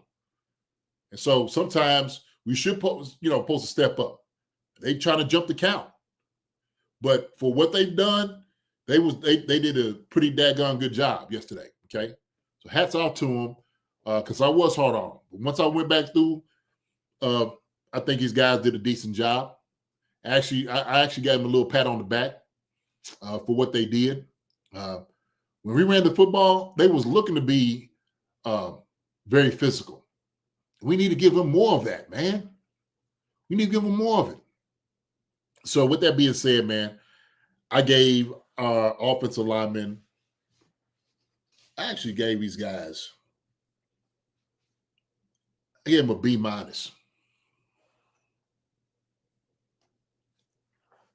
They did a good job. B-. All right. Yeah, I think they did a much better job than I just went back. Now, certain plays are sure, right? The penalties and whatnot, like, just can't happen. That's like one of those things, like, you just know it cannot happen.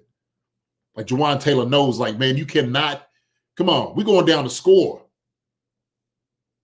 Taking out a scoring position. We got Kareem Hunt catches the ball. We get down to the 3-yard line. I mean, we punching it in from there, Marcus. We punching it in. So I think the guys fought hard. I think they did a pretty decent job. I felt like I wanted to get my foot off their neck a little bit. Okay. I gave them a B-. Yeah. Josh Simmons did look pretty good yesterday. I mean, that to come out from a 3-week hiatus to come back to play against Bonito, Jonathan Cooper, and those fellas. Yeah. I mean, that's a tough task. Tough task. Definitely a tough task. All right. Now we're going to head to running backs. Our guy Kareem Hunt didn't get enough love yesterday. Hopefully he got, I whatever we go, whatever kind of game plan they have going into Indianapolis next week, I hope that Andy sees what Kareem's given to him these last 2 weeks. And it's like, man, like, I'm going to feed you some more. I mean, the running backs coach needs to go to Andy and say, hey, give him the ball. I mean, he needs to vouch for his guy because Kareem's given him everything these last 2 weeks. Yeah. I agree. And so with that,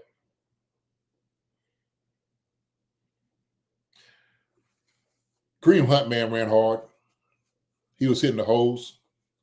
He don't have to be the fastest guy, but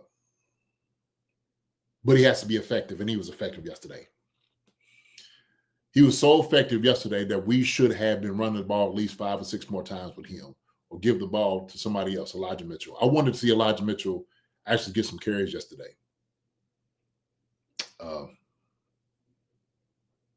We had 45 pass plays.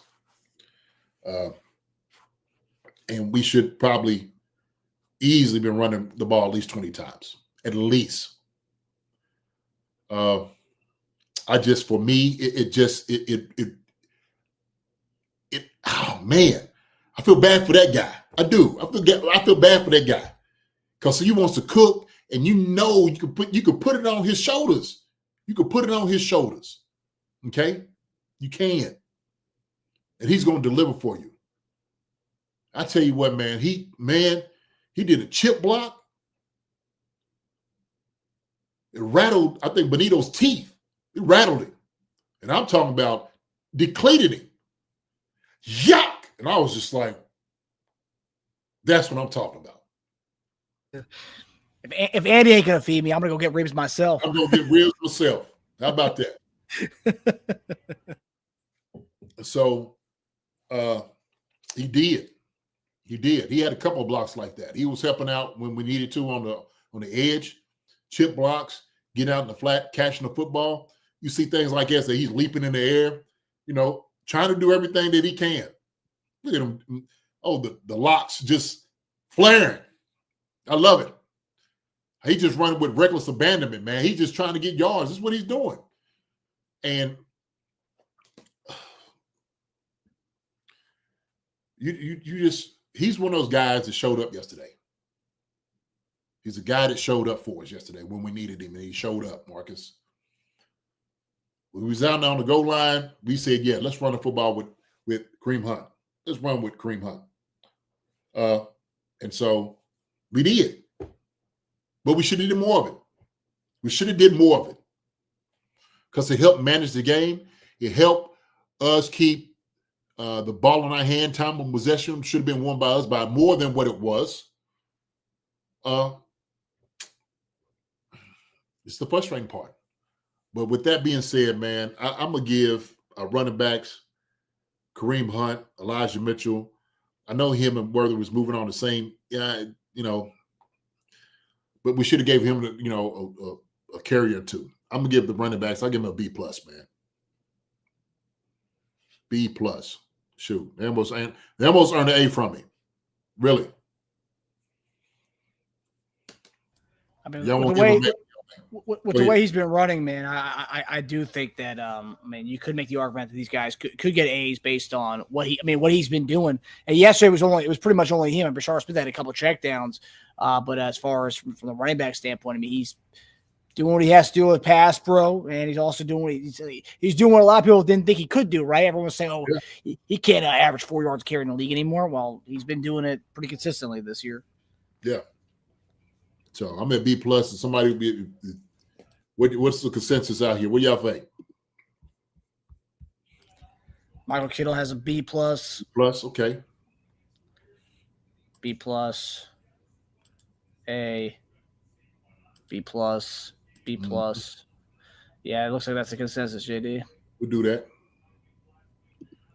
Yeah, every third and two should be Hunt. No question about it. Everybody should know in the stadium, Kansas City, and the entire world, 3rd and 2, whatever it is, 3rd and short, we are running the football with Kareem Hunt.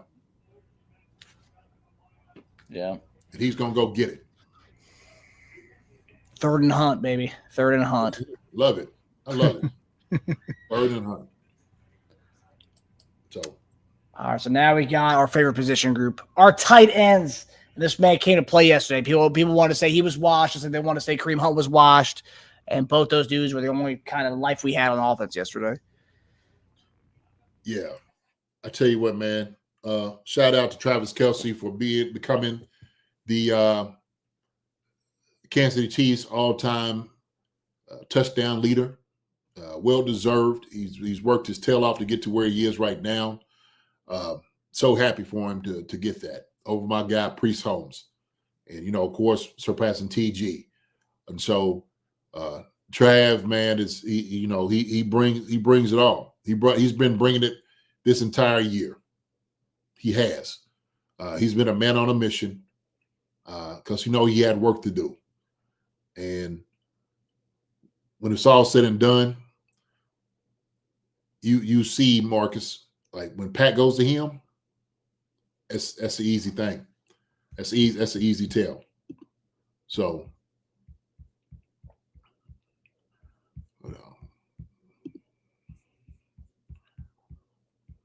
Still got you. But Pat and Trav, dynamic duo, same as it was yesterday. Pat needed one. He knows who to look for. 8-7. So with that being said, yeah, Pat might took a bathroom break or something. Trav for sure. For what he was able to accomplish. The other tight ends, Noah Gray got involved. Robert Tonyan got involved. It's good to see that. Those guys did an amazing job. But I'm gonna give the tight end room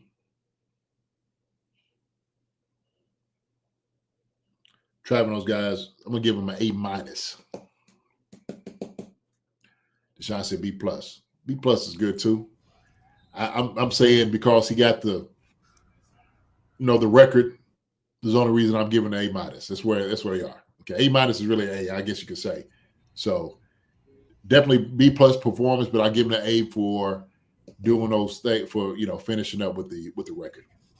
That's what I like. So yeah. Do we get extra grade for Robert Tonyan coming in there for a little 2-yard grab yesterday? Yeah, A-. I just didn't know why Pat threw it to him right there. I was like, man, he was open up some other times, but hey, so A-. Yeah, I did like that we finally got him involved, big Bob Tonyan. And we made a concerted effort to get Noah Gray involved. In the first 2 drives, I think I saw more Noah Gray than I saw Kelce, which is kind of odd to me. But yeah, I did like that we were able to get him involved. And yeah, Kelce, he provided us juice. I did see a stat going around the internet today about or on Twitter saying that Kelce leads the league or is among the league leaders in drops this year. Kelce's amongst the league leaders in drops this year. Huh. And it was pretty much it was tied to pretty much a negative spin, saying that we throw the ball too much to Travis Kelce, and that's provided by the example of he drops too many balls and too many targets to a guy who leads the league in drops. Which usually those would be correlated, right? The more targets you get, the more drops you have. Oh yeah. So A-, B+, what you want to do. Michael, I get it. I sometimes I'm a little biased with the tight ends, but I'm also hard on. But I'm also hard on our guys too. Now I'll call them when we ain't doing something. But I think the worst grade they've had all year is B-. So. Yeah, man. I don't think yesterday was a day to call them out. I mean, I think the tight ends have been phenomenal. Yeah, I think it was steady. The one I didn't like is when Noah Gray tried to cut Benito, and then Trey pulls around and gets a holding call. I'm like, man, just stand up, hit him. You ain't got to cut him. I get you take the knees and the thing. These sons are too athletic. That joker popped up like a Pop-Tart. It was right there in Trey's face. Trey's supposed to be around that right there. If you cut him, you get it down on that ground. You know what you do? I tell you what I used to do, Marcus. When I cut a joker, he'd be on that ground. I just so slightly take my arm and just wrap around one of them legs, like like you tied up. You know what I'm saying? You just and I'm just one arm is like tied around that leg, my other arm's out here, so it doesn't look like.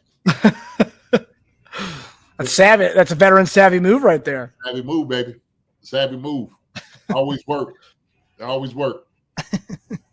Especially when Joker trying to get up. You sitting like, oh man, you're trying to act like you're getting up at the same time. Wrap around that right there, that calf and that shin. Yeah. That's a good move. Greg Spence, JD had him some pancakes. Oh yeah. Yes, sir. Plenty of them. Yeah, every Sunday JD was going to IHOP. Know that. All right, so now we got our wide receivers, JD. Okay. So let me. So I showed you this. I sent you another video real quick. It's not really nothing bad. Okay. It's little something.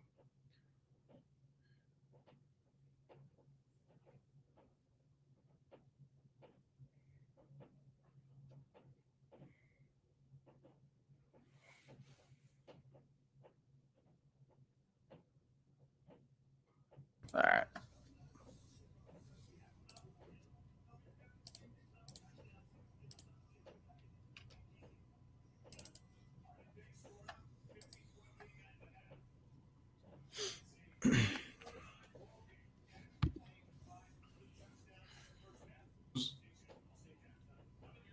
So this right here, like this, when you take shots deep, okay, this is the purpose of it. All right. So I'll set everything up for this. Just watch this. You watch how this. And Worthy got involved. I don't know. The Taser was saying Worthy didn't get involved, but Worthy got a lot of. He got some targets. He got some work. I tell you who didn't have such a great game, Rashee Rice. Yep. Caught some balls, but he had some drops, man. Mm-hmm. That joke was walking in, man. At first, he probably could get through one guy, but that's easy for him. And that drop before halftime too, where Mahomes rolls out and just lays it there perfectly for him. Yeah. Yeah. So with that being said, man, I think wide receivers, and I already done touched on, the first two routes, deep routes. And we kept running the deep routes, one to Worthy, and he got us down there to the red zone. And then Juju holds. They got two holding calls. Last two, I think, is just Kareem running the football. So wow. Let's see this. 14 yards, and that was only two runs we have on the first two drives. Yeah. Pass. Well, so wide receivers, man.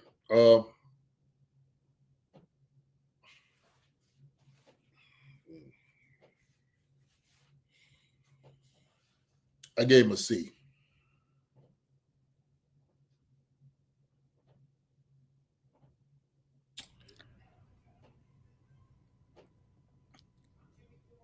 Did you see a lot of separation from them on their routes?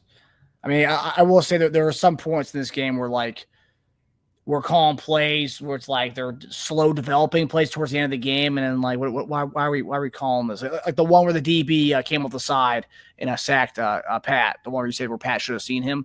If you look at that play, that was a slow developing play, and I don't know why we're even calling that there at that point, but it was a very slow developing play, and all night we've been kind of need to get these things out fast, and that play was rough.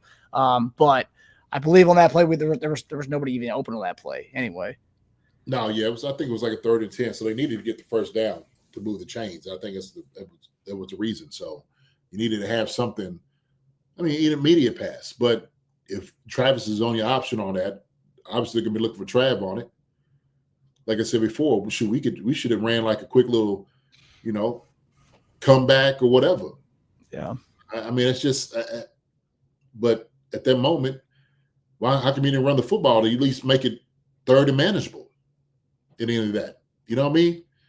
And that's the head scratcher, because it's like you can set it up where you don't have to have a deep shot every time. You don't run a daggone football for 3 or 4 yards. Okay, heck, Kareem might go over 8.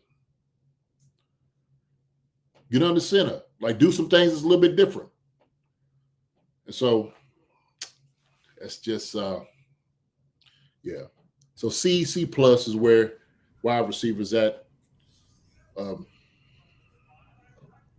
Yeah, I was kind of I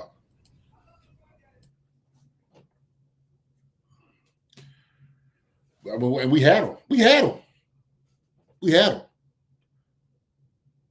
Touchdowns, first couple of drives, easy, could have had it, and we couldn't connect on the deep routes. Tyquan Thornton, caught that one. Looks good. But we should have had at least 5 of those. Shoot. Hollywood, Rasheed Rice had some deep wins. Kind of went up to. Didn't really throw to the outside shoulder on him on that one, as we should have. I don't know what was going on with that. But yeah, out routes and stuff that we could have, comebacks. Quick little back shoulder throws. We could run that all day, man. These DBs wasn't. So when Surtain's sitting up on the sideline, you know what you should be doing. Yeah. And we tried. Riley Moss, they did a good job. I mean, I think they should have gone at Riley Moss a little bit more. Riley Moss is the most penalized cornerback in the league. Yeah. I mean, if he gave 3 alone yesterday. Right.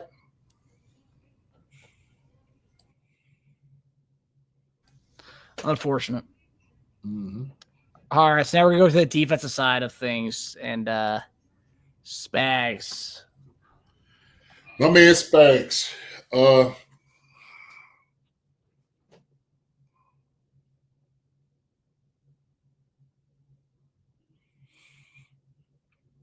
It was times Spags called a decent game, and he did blitz at times, but some of those blitzes just didn't hit home. But it was like they were ready for him, like Chris was saying, and it looked like you're blitzing. One of the blitzes we had 2 DBs running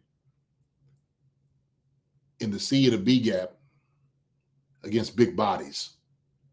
And I'm like, that ain't going to work. And big linemen and big lumberjacks in there and big horses, that wasn't going to work. You're going to get stifled right there on the line of scrimmage. Now, if you decide to run maybe, a stunt with it, okay, and do a twist, yeah, have like that defensive lineman take 2 and just run another guy and come up underneath, sure. Do it that way. But when we 3rd down, not running the blitz, I was like, man, Spags, how we not running the blitz on this one? Give him a first down, we gave him life. And all we had to do was pressure. Well, Bo Nix is good against the blitz. Well, let's see. Let's see how good he is. I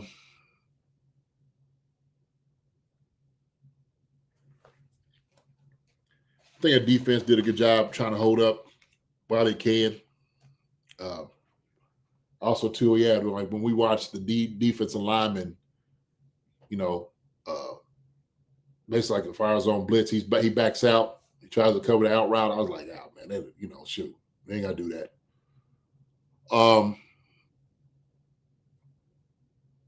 Some of the personnel, I think, still gets a little confused in coverage when I was watching it.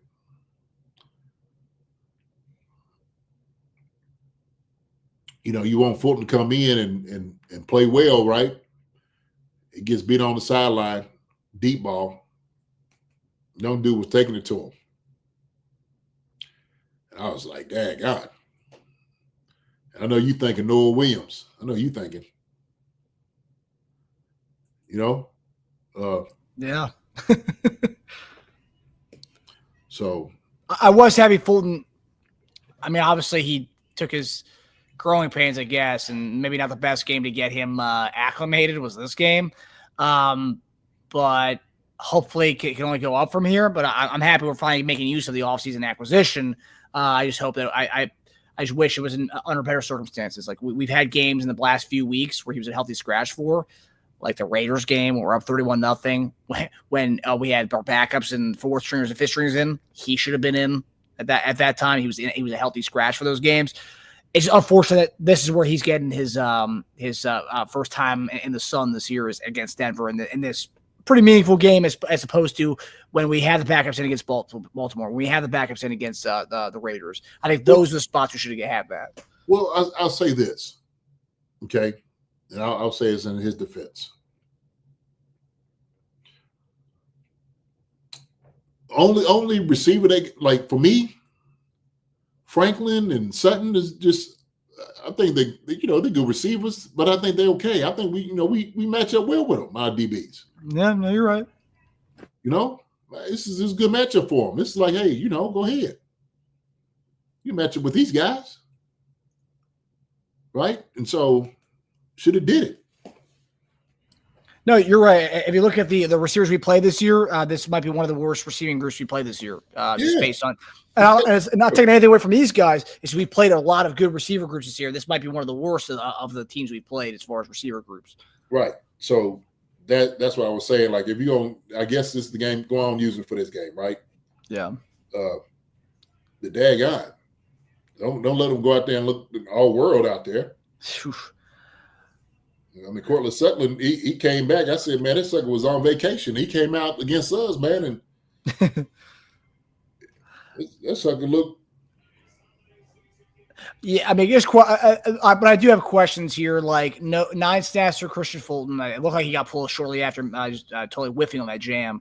No one's got 0 snaps, which is just how do you go from 44 to no snaps? It's just like when I look at like the DB rooms, I got the snap count here. Let me show this. Like when I look at the snap count here, it to me just makes like 0 sense because it's like there is like no rhythm to this because like how do you go from for Noel Williams 0 to 8 to 19 to 20 to 4 to 21 to 24 to 8 to 44 to 0. I mean, I just don't understand that at all. Like that's like a very like doesn't make much sense to me. Although I will say CRW played his butt off yesterday. He like he stood out yesterday. I'll say CRW did from as far as tackling, being in certain prime spots throughout the game. I thought he looked good yesterday, but no one was getting 0. I thought that was kind of odd. What do you think about that?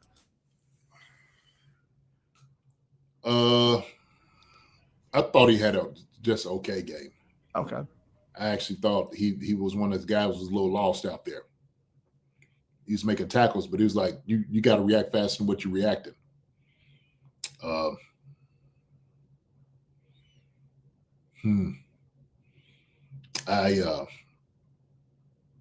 all right. Yeah, I want honesty, so I'm gonna just let it be known. Let's hear it, baby. When we're running certain zones, cover 3s, or split coverage, and guys are not in the zone and they're chasing guys, and you're not, you go to your assignment first, right? Somebody comes to your zone, then that's where you're supposed to be. And we were a little late on that, on a couple of guys. Primarily to me, and this is my estimation, okay? Was Chamari and CRW. Hicks, we got a young DB room. We do. And they looked young yesterday. They did. Because I felt like some of the reactions should have been faster than what it was. Some of the zones, they should have been sitting in, and they didn't occupy it like they should have. Matter of fact, on the first drive, that 1 for 15, Cook got to come down and make tackles too, man. He's got to be faster on some of those as well. And I think that's where veteran presence is necessary. Put guys in the right position to do things, you communicate. And I think guys communicate. But man, Bo Nix could have threw a touchdown on their first drive. They won the Cortland Sutton, ran the dig route right over Chamari Connors. Chamari Connors is taking the short route. Is like, that's Bolton's guy. That's your zone. You're supposed to be sitting right there on that dig route. That ball's to you. That ball is to you. When you sitting right there, you're supposed to be right there like this, taking the ball the other way. And it's like you got to trust the spacing. You got to trust it. And I know it's hard, man, for those guys. That's the one position I would say, to me, the hardest is like knowing where you're supposed to be in that zone, where you're supposed to sit, not chasing ghosts, not chasing guys. Okay. And it's discipline. And so, Bo Nixon that slices up like he did. It looked like he made some calls. Oh, Bo Nix threads one. And I'm like, you should have. Good throw. Somebody's supposed to be there, tipping that ball and getting away with it. Like, we supposed to be on their hips. And we let this okay wide receiver group look like world beaters. Yeah. I don't even, Cortland Sutton hadn't done anything for the past 2 games, if I'm not mistaken. I think I went through his stats where he was. Yeah, he's been kind of shut out the last few weeks. Come on, man. We're going to let him eat it against us? All right, man. Franklin having a good game. I mean, they pushed off at the end on Jalen Watson. That was a push off to separate, to catch that ball. Good throw, I guess you could say. It was a bench route. Running the corner. Jalen just lost it. I'm just like, how we lose that? So, did I give Spags his number? Did I give him a grade? Nah, not yet. Spags, man, get a C+ from me. Yeah. Yeah, because I think guys got to do a much better job being in a position. I think Spags called certain things. He didn't call the blitz when he needed to, man. So C+. Yeah, I'm with you there. Yeah, and also to Pat Bryant, rookie, that was his best game of his rookie season so far. Also in that game, that was a guy. There was a lot of training camp hype on him. How Sean Payton compared him to Michael Thomas. Hadn't seen any Michael Thomas flashes until yesterday, where he had his biggest game of the year so far. That'll be against us, man. That goes right into the defensive backs, JD.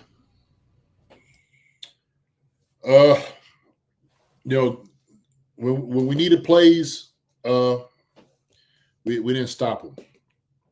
When they got 3rd and long and they converted, I put it on our guys back there in the secondary to make those plays.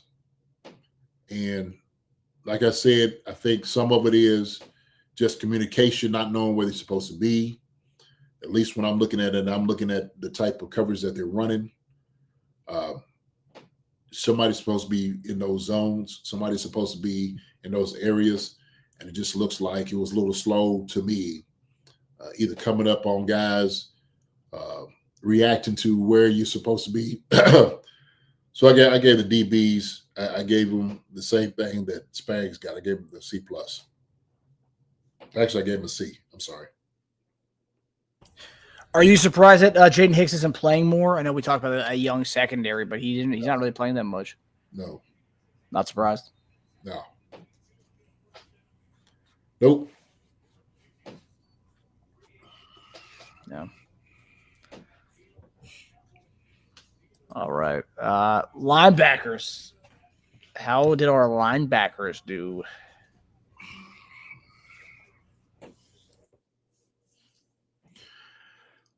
Linebackers, I said it here, linebackers are the key to this game. Okay. And that area of doing things. And one thing I wanted to see us, actually Spags, and he did it. He had Leo Chanel on the outside rushing the passer. And he needs more work at that. He's just not a pure pass rusher. He's not. The tackles, man, them jokers have seen a lot of good people, a lot of great pass rushers come their way. And so Leo, it's just one of those things that you had to get him to just keep getting working to work on his quickness. He's strong enough. He could do a lot of different things, but he could be dangerous out there, man, to just get more work at it. Tranquil.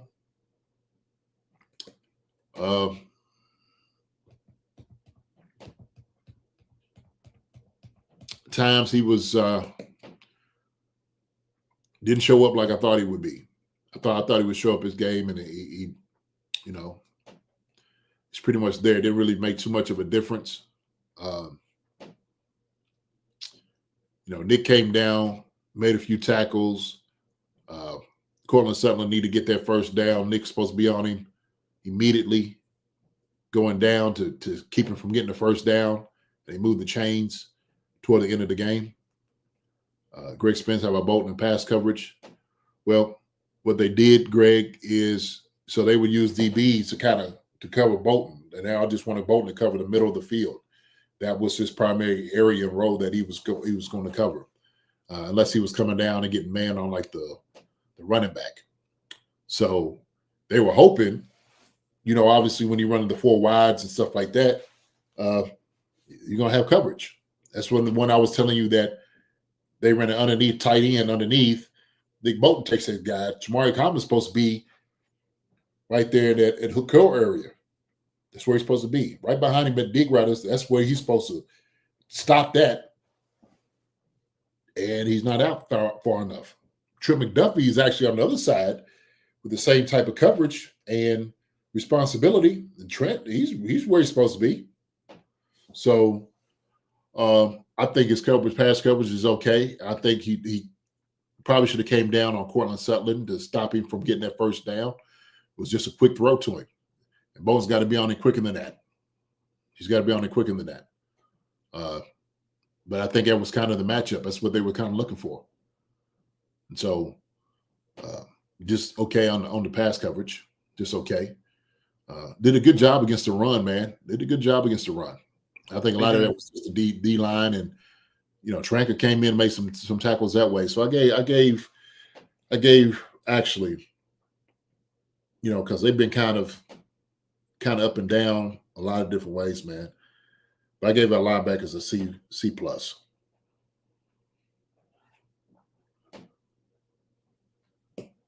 Still no Bossa yet.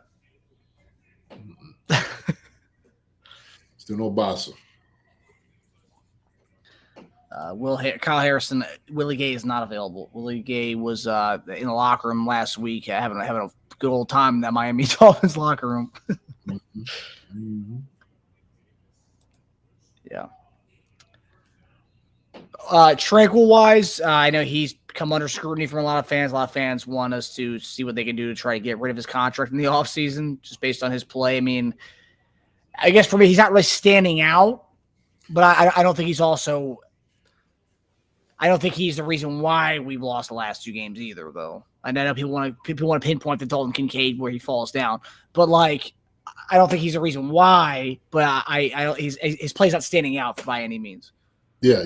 No, I agree. Yeah.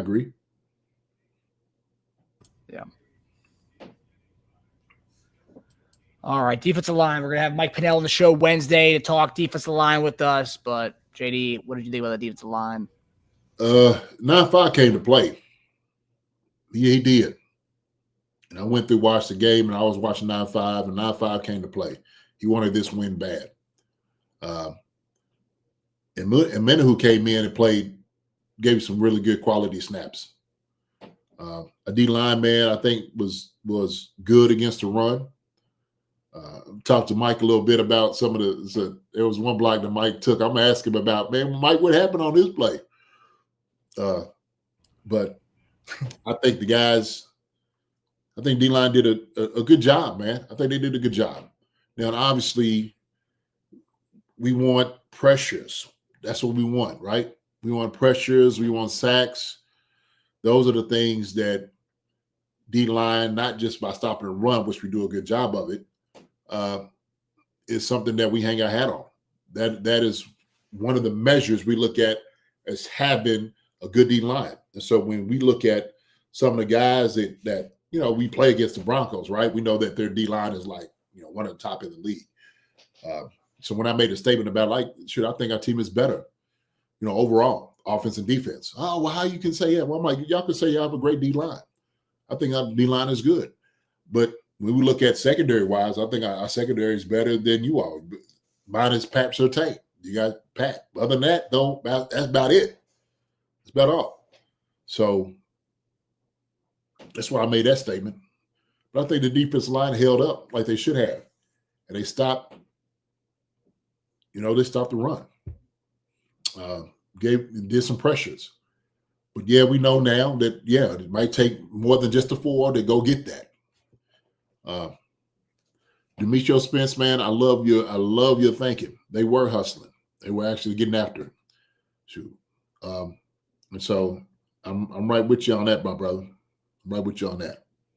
That's why I'm gonna give the D-line man. I give him D-line man a B-. Yeah, I mean they played with backbone after the way they got dominated last week against Buffalo 2 weeks ago. They played with like that was the first thing on their mind when they came to this game. They weren't going to let that happen again. You could tell. I was watching the who get through double teams and I seen obviously you sit there and you look. It's always going to look crazy. But let me see, what was this? Yeah, and I know people that don't like you praising Omenahu last week. A lot of people didn't like that you were saying Omenahu's actually been playing well recently. People want to dunk on him, but not. Omenahu really flashed yesterday. He did. Look at this picture. I'm gonna send this to you.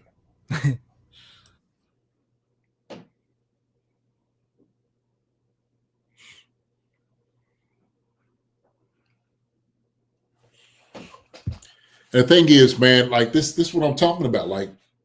They scored 22 points and doing a daggone good job defensively. And they made a few deep ball catches and plays. That was it. That was pretty much what they were showing. Because, they had to put it on a kicker like we did. Come out there, Lutz, to make his kicks.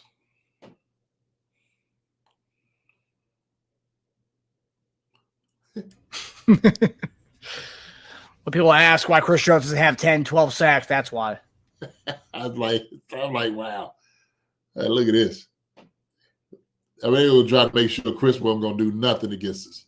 Right? And everybody else got to win their battle. If you singled up, if Chris got 3 guys on him, you got to win your battle. Right? I just felt this was funny. I was like, man, I got to take a picture of this. That's what they're doing, 9-5. That's why 9-5 is being worn out, and just because he knows this is what he has to see week in and week out. So, Yeah. it's crazy stuff, man.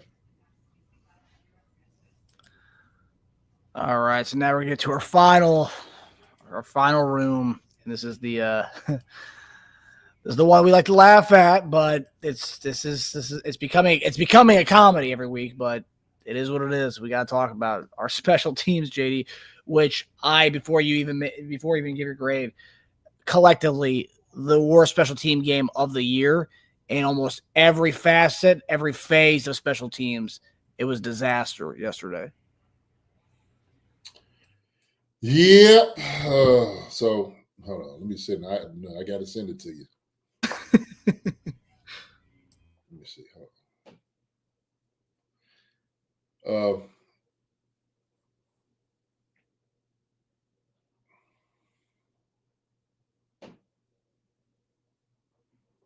So what I'm gonna do is I'm gonna send you a couple. Okay. Okay. All right. I get to get into my special teams room a little bit and coach it. So it'll be good. I like that. So Witchy Hall says at least Jack Cocker wasn't collecting laundry this week. No. Jack was okay this week. Didn't hear his name get called, so we'll take that as a positive. Chill guy, special teams is getting worse. It ain't getting better. That's for sure. Special teams not so special. D-. Yeah. True champs. Oof. Yeah.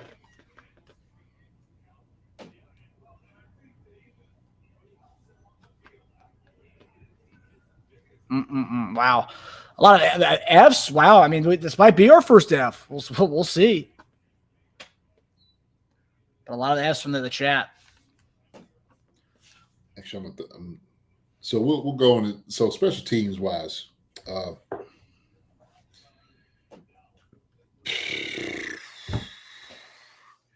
I don't think we take special teams serious. I don't think some of the guys in the room take it as serious as it needs to be. I think we take it for granted.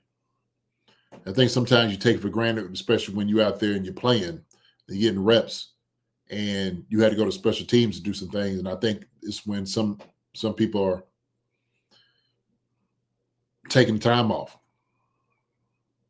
And you'll see it. And we'll talk about lane responsibility, what you're supposed to look like when you go down, the whole philosophy, okay? All right? Now, and I'm telling you this as a special teams coordinator, okay, for a number of years. I took pride in, we were like one of the top in the country, special teams. I took a lot of pride in it. Our guys, when we came out, we knew what we was up against. And I said that this phase of the game wasn't going to be a weakness. It was only going to be a weapon and a strength. We made it that. I think we're number one in the country in block punts. You had a pretty good return game, but we came in with an attack mode. The teams just could not do anything against us. Well, that's how good we were. So this is college. And I had a demand for special teams. But a lot of special teams, it is discipline. It is lane responsibility and making sure guys around you are all doing their job. And you can't be out of your lane because it throws everything out. It gives up gaps. So go ahead, Marcus. So, and we had a block. We had a blocked extra point. It didn't even kick in the zone. My goodness. That's rough. That's rough. Is this the first one? I don't know if they're in order or not. Okay. So this is one of the kickoffs. This is not the first kickoff. But I want you to watch, okay? All right. So the ball's kicked short, right? This is return. Look like it's going to be a right return. Okay. So everybody It does. It's where we're picking up, or at least we're saying, all right, wherever they kick it, we're going to return to that side. All right. So everybody should be turning. All the jerseys should be facing, or the back of our jerseys should be facing Remigio, right? Okay. So let's just look at the lanes to see how the lane response be like, how it looks. Okay. See if everybody's getting on their blocks. Looks pretty good so far, right? You kick out the guy who was the gunner, okay, the street guy. Look at that lane right there. You see that? Looks good, right? That's beautiful. That looks beautiful. Okay. All right. Still looks good. The first video. So we'll go, whatever next video you got. Okay.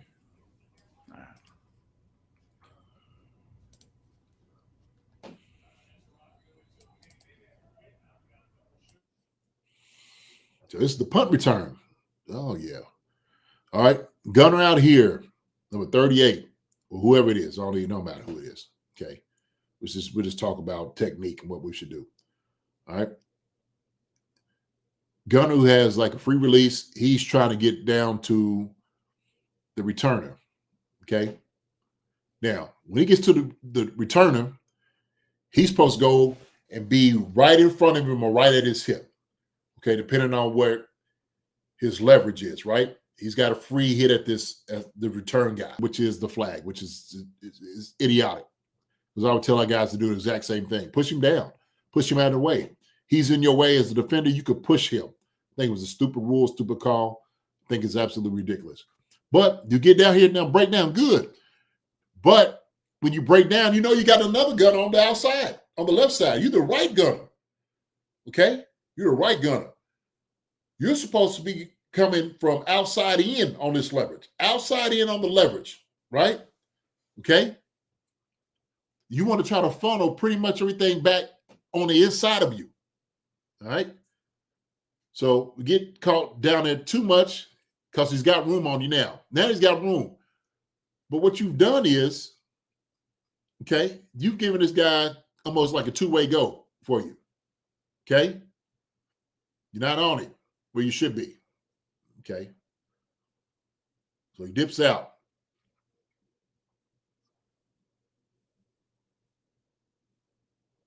Because our gunner gets down, called down inside, right? He gets out leveraged. He's supposed to run everything back inside. Now, Cochran, who's sitting here watching this, he's starting to say, okay, he's widening out.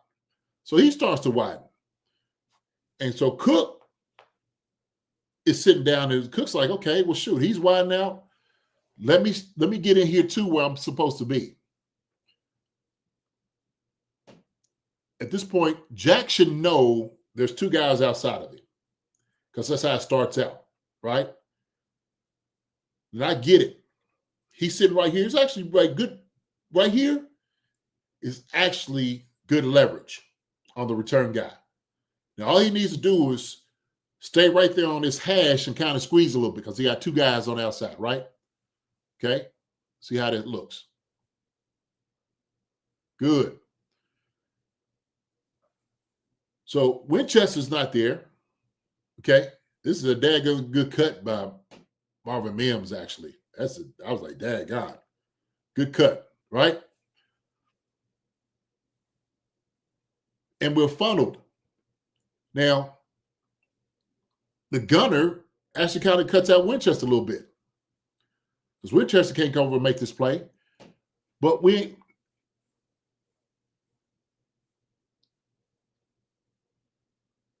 that is like the distant part of where the gunner is supposed to be. He's supposed to be on the outside leverage to make sure he pushes everything back inside. And it just doesn't look like we're in relation to where the return guy is to help us out. This is where when you have that type of space, a good returner will see this. This is a house.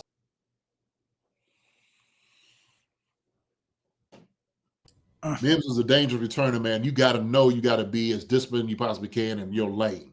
Yep. Okay, going down, breaking down, and making sure you don't give him anything. He's a dangerous guy to returner. So We give up a big play. I would say that 3 points is on special teams. That's what his 3 points is on him. Now, get it again. I return. Now, this is how we're looking at it in the special teams. We're watching it. We're watching with everybody, what the relation is. Right return. Okay. Everybody get up on your man. Okay. Step on his toes. Turn the guy. All right. So here we go. Good. That looks good, doesn't it, Marcus? You return guy. Look, return, this is what you're looking for, right? Yeah. You think this is to the house. Should be. Or at least in midfield. Good gain here. Yeah, God. This is beautiful. Okay, here we go. Oh man.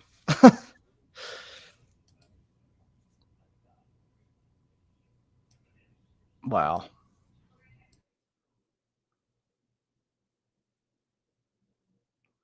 I mean, when you watch a play like this, and as a returner, and you're sitting there saying, man, I had a chance and opportunity right here. All you need to do is hold your guy more than just another half a second. And I'm out of here. This is why this phase of the game has to be more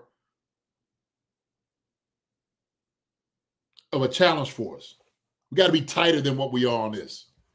Too many return yards out there for us not to be having it. The other team comes down and they're getting it and we're not. We watched 2 returns that had lanes open that we should have been up on the kicker. And we weren't. That's a great way to say it, Witchy. The blocking dissolved. I mean, I had to see the guy. We're at number 30. The guy, number 30, is about to block here. I mean, if he sees that it's about to close up there, couldn't he just put his right foot in the ground and try to go to the sideline there, JD? Say it again. Based on his vantage point, he's probably seeing that Cochran's guy is probably going to come out and get in that lane there and clog that up. Plant the right foot and just kind of dip out to the left sideline. Right here? Yeah. No, he's seeing the lane, man. This is the lane. It's right up the numbers. For Nico, this is clear as day. Everybody, because it's a right return, actually sets the wall pretty well. Like you see, everybody set the wall on the right side pretty well. Yeah. That's it. All 30 has to do, Christian Wallace has to do is put your head on the side. Yeah. Do something, yeah. And stay engaged, like you said. Stay engaged with him. Mm. Don't let him come off and make this play. Yeah. Man. And I watch guys. This is another thing, too. When I watch guys, watch your dude go and make the tackle,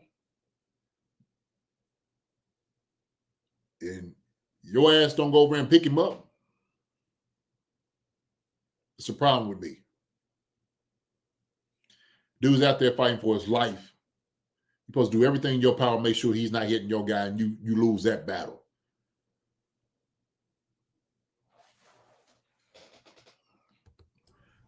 Casually walk off. Are you kidding?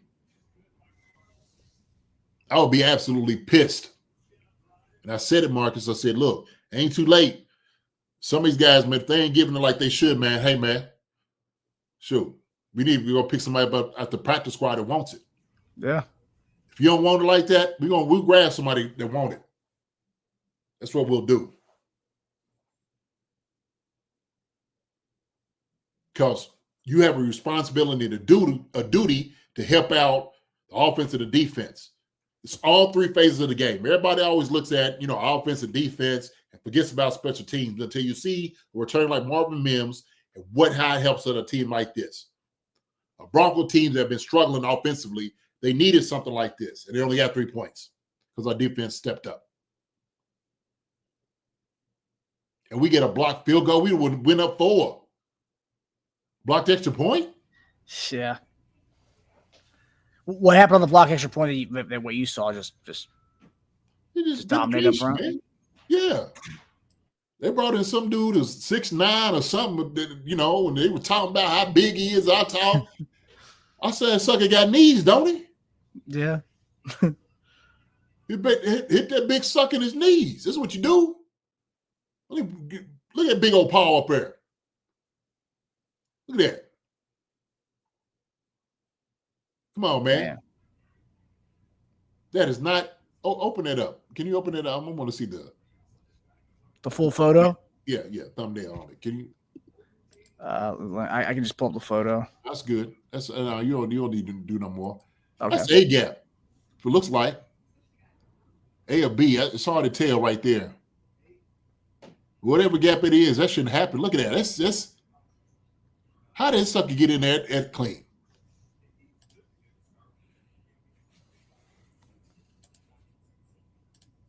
He didn't look like he leaped up.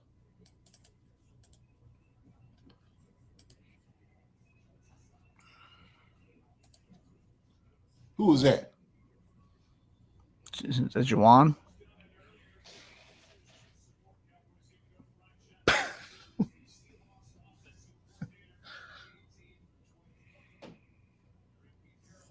Standing straight up, too.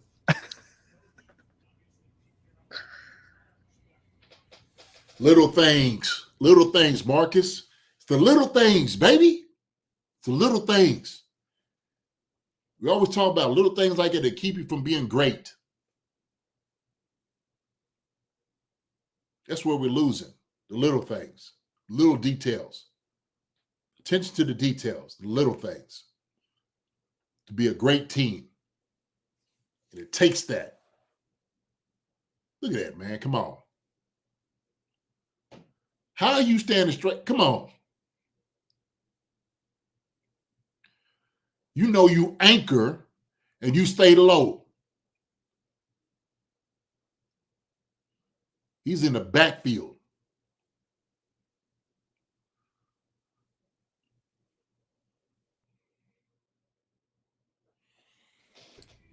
That's what it looked like, Todd Topher. Come on, man. I didn't even know who it was. Marcus, I didn't even know who it was. I was like, man, pull that thumbnail. I want to see who it is. Mm.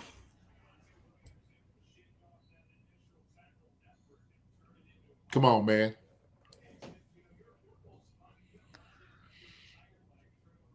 Yeah, it's a bad look.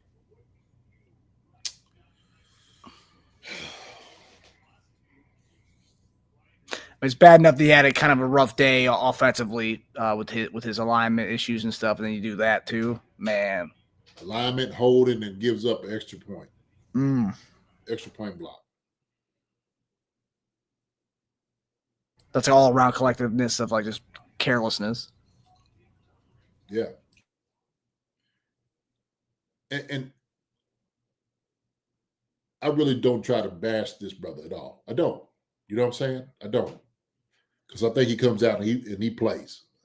He plays hard. He does some really good things. And I like it.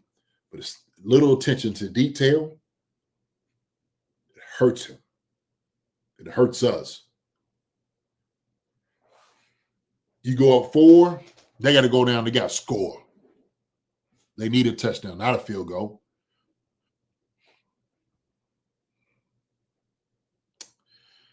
Yep. Is that the kind of effort when you see when coaches are, looking at special teams tape, looking at offensive tape, looking at the games that Juwan had? Is that the kind of game where like we could see Jalen Moore at the right tackle spot or no? Shoot, Marcus, I don't even know, man. At this, you know what I mean? Yeah. Even know. Shoot. I know it's a big thing in the PFF community, all the people who do the grading online and stuff. That's everyone's saying if I'm the Chiefs, I'm putting Jalen Moore right tackle next week and calling it a day. Hey man, he's making $26 $20 million smackaroos if somewhere around there, ain't he? Something like that. 22, 26, 23. Somewhere 20 something. He's in the 20 plus range. Yeah, 20 plus ducats for sure. Yeah, you can't have him on the sideline. Sorry. Yeah. Can't do it. Oof, man. So. Well, guys, as we said, tonight was a great show. Now you look at the grades, you put them away, see what JD said, and you watch for these things in the next game, see if they've corrected, progressed. But for now, we put this game away, and we're on to Indianapolis on Wednesday night. So, yeah, tough game, tough grade review and grade report tonight, but you put this away, and we're on to Indianapolis. On Indianapolis, man. You put it away, man. Ball it up, throw it behind you. Learn from it, get better from it. Look at the little things that will take you over the top, that will beat a good team like Denver. Denver's a good team, okay? I just want to say that. I'm not taking anything away from them. I said subpar team, not subpar to us. I felt like we were just a better team. Denver's a good team. So, but I still don't believe they're better than we are, Marcus. Sorry. No, I don't think they're better than a lot of teams that they barely beat this year. And I'm sure some people were saying about us last year, but I think this the same thing. I don't think they're better than a lot of teams they've beaten this year by the skin of their teeth. Yeah, and one of the things the points I made is like, hey man, look, we've been forced in the fire. You know, we're a championship team. We win because when we come in at the end, we believe that we're going to win because we have the football at the end. That's just what it is. That's Chiefs football. Why? Because we got Patrick Mahomes, Travis Kelce. You know, the 13 say, what do you want to say? That's who we are. We always been that squad. We always going to break through the odds. We had that streak for a long time for a reason. Because when it comes down to it, you put the hands in PM15's hand, Travis Kelce up there, we're going to come out on top. If our defense needs to make a play, we're going to come out on top. That's why. So, well, yeah. But good show. We I guess a lot of people learned a lot from this episode, JD. Seeing you got to put your special teams hat on. And I don't think you give a grade for special teams, by the way. Does it need to be said? Hey, man. Incomplete. Okay, it's good. That's good. An eye. Come back later with the some makeup work. Yeah. That shouldn't happen. Yeah. That's ridiculous. Yeah. So, guys, we'll be back here Wednesday night with Chiefs defensive tackle Mike Pennell. Going to come on here. I told him to be on around 8:25, so about 10 minutes after we start. So come in, ask away your questions, show him all the love because he knows how much Chiefs Kingdom wanted him back. And we definitely knows how much the Chief Concerns community wanted him back on the show and back on the team. So we'll definitely be in here on Wednesday as we talk to him about what is going on with our squad right now and what are they looking forward to in this Indianapolis game this week. Because that's going to be Jonathan Taylor leading the league in rushing yards, I believe. It's a big challenge for the defensive line for Mike Pennell and the fellas. So going to be a good week to have him on to talk Jonathan Taylor and the Colts. Yeah, it is. It is. Very interesting. Very interesting. So I think those guys will be ready for it. They got a good offense. We know that. So it's a good challenge. And it's just not those guys, but wide receivers, tight ends. It's a really good challenge for us.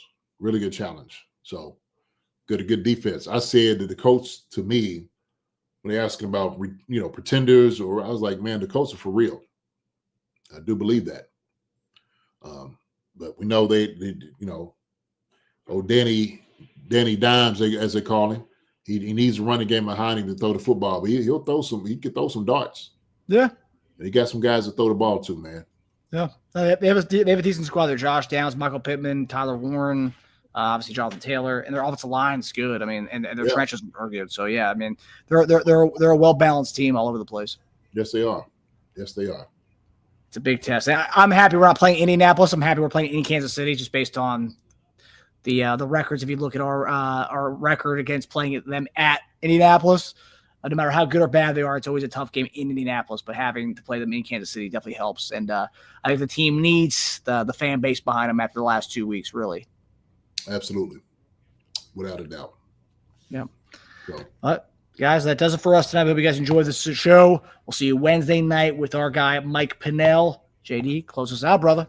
hey, man, listen, I enjoy y'all coming in, checking us out, running my mouth a little bit. Hey, the grades are going to be what they are. I'm always going to give it to you straight. So sometimes, man, hey, I got to see it how I see it. I'm going to call it like I see it.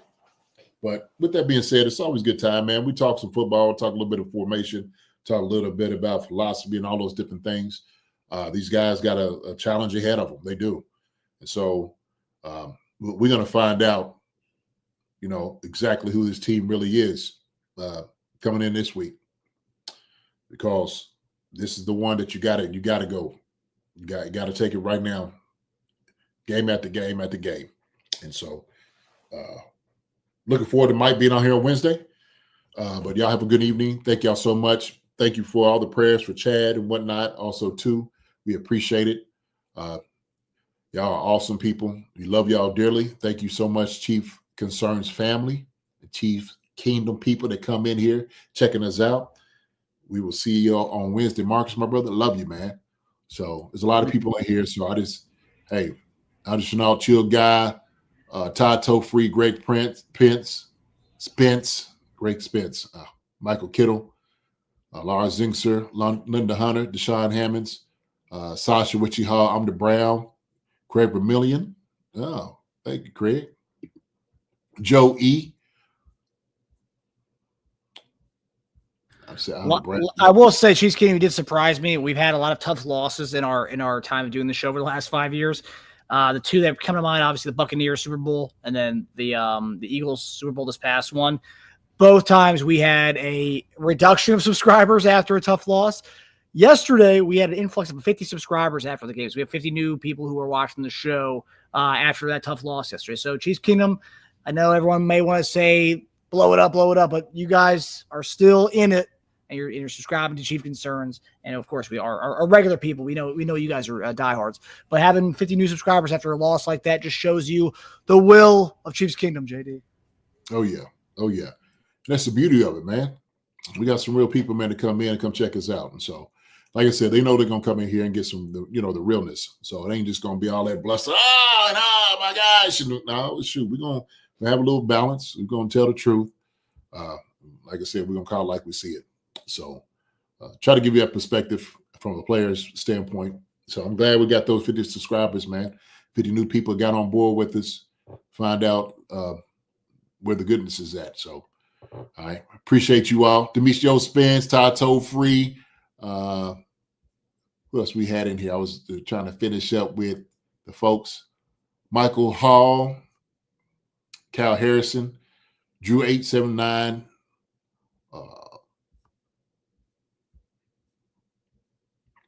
Barbershop was in here. The Barbershop.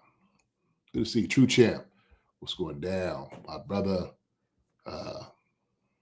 Business is here.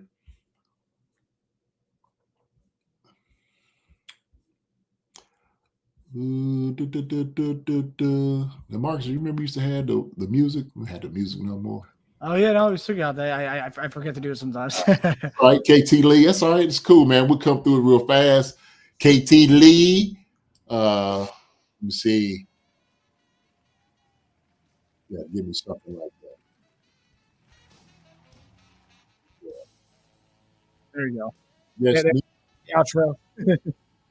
All right. The Monty Green Beans is here. Yes, sir. David Talks Broncos. Oh, David, good subscriber. He said he came in, Broncos guy. Appreciate you coming in. Come checking us out, man. All right. We'll keep it real. We gave y'all some pat on the back, man, for what y'all did, Kevin. A little golf clap. Yeah. Gary Holland. Janae Raines. Well, we got somebody threw us a little change, didn't they? A little contribution. Yeah, I think you give a shout out to Baca. Oh yeah, our guy on the Brown. Not sure if you mentioned this, but Nick Jacobs and Andy Reid said RPOs are getting called, but only passes are being thrown. Appreciate you, Amda. Mm-hmm. Bake said we gave him props for this one, and Bake also gave this one at the beginning of the show. $9.99. Bake 87. Appreciate you, buddy, the contribution, man. We have the pedigree to win out. Patrick needs to go Grim Reaper mode for the rest of the year. They haven't buried us yet. Give me Denver in the playoffs. Give me Denver in December, baby. Yes, sir. Donna Cochran, Jack, J. Macker 71. Appreciate you, Bach 87. I'm the Brown. Thank you so much. The verse is in here as well. That came through Matthew Magura. I guess Pono. Pono's is in here too, man. It's good to see Pono in here. So, yeah, we don't have to blow it all up. Isn't that good? We don't have to blow it all up right now. We all good. Okay. Guys will handle it. They'll take care. Cordell Robinson. I think that's pretty much it. Hold on. Who is this right here? Same thing. But listen, look, if I didn't say your name, y'all know what it is. We love you all so much. Thank you so much. Take care. God bless. Love each other the way you're supposed to. We will see you all on Wednesday. Y'all take care. Be safe. See you then. Love y'all. Love you guys and gals. Hi, everybody. Thanks for watching. Subscribe here to get the latest from the show.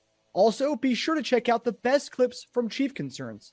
And if you prefer to listen to the show, subscribe and follow us on Apple Podcasts, Spotify, and anywhere else you get your podcasts.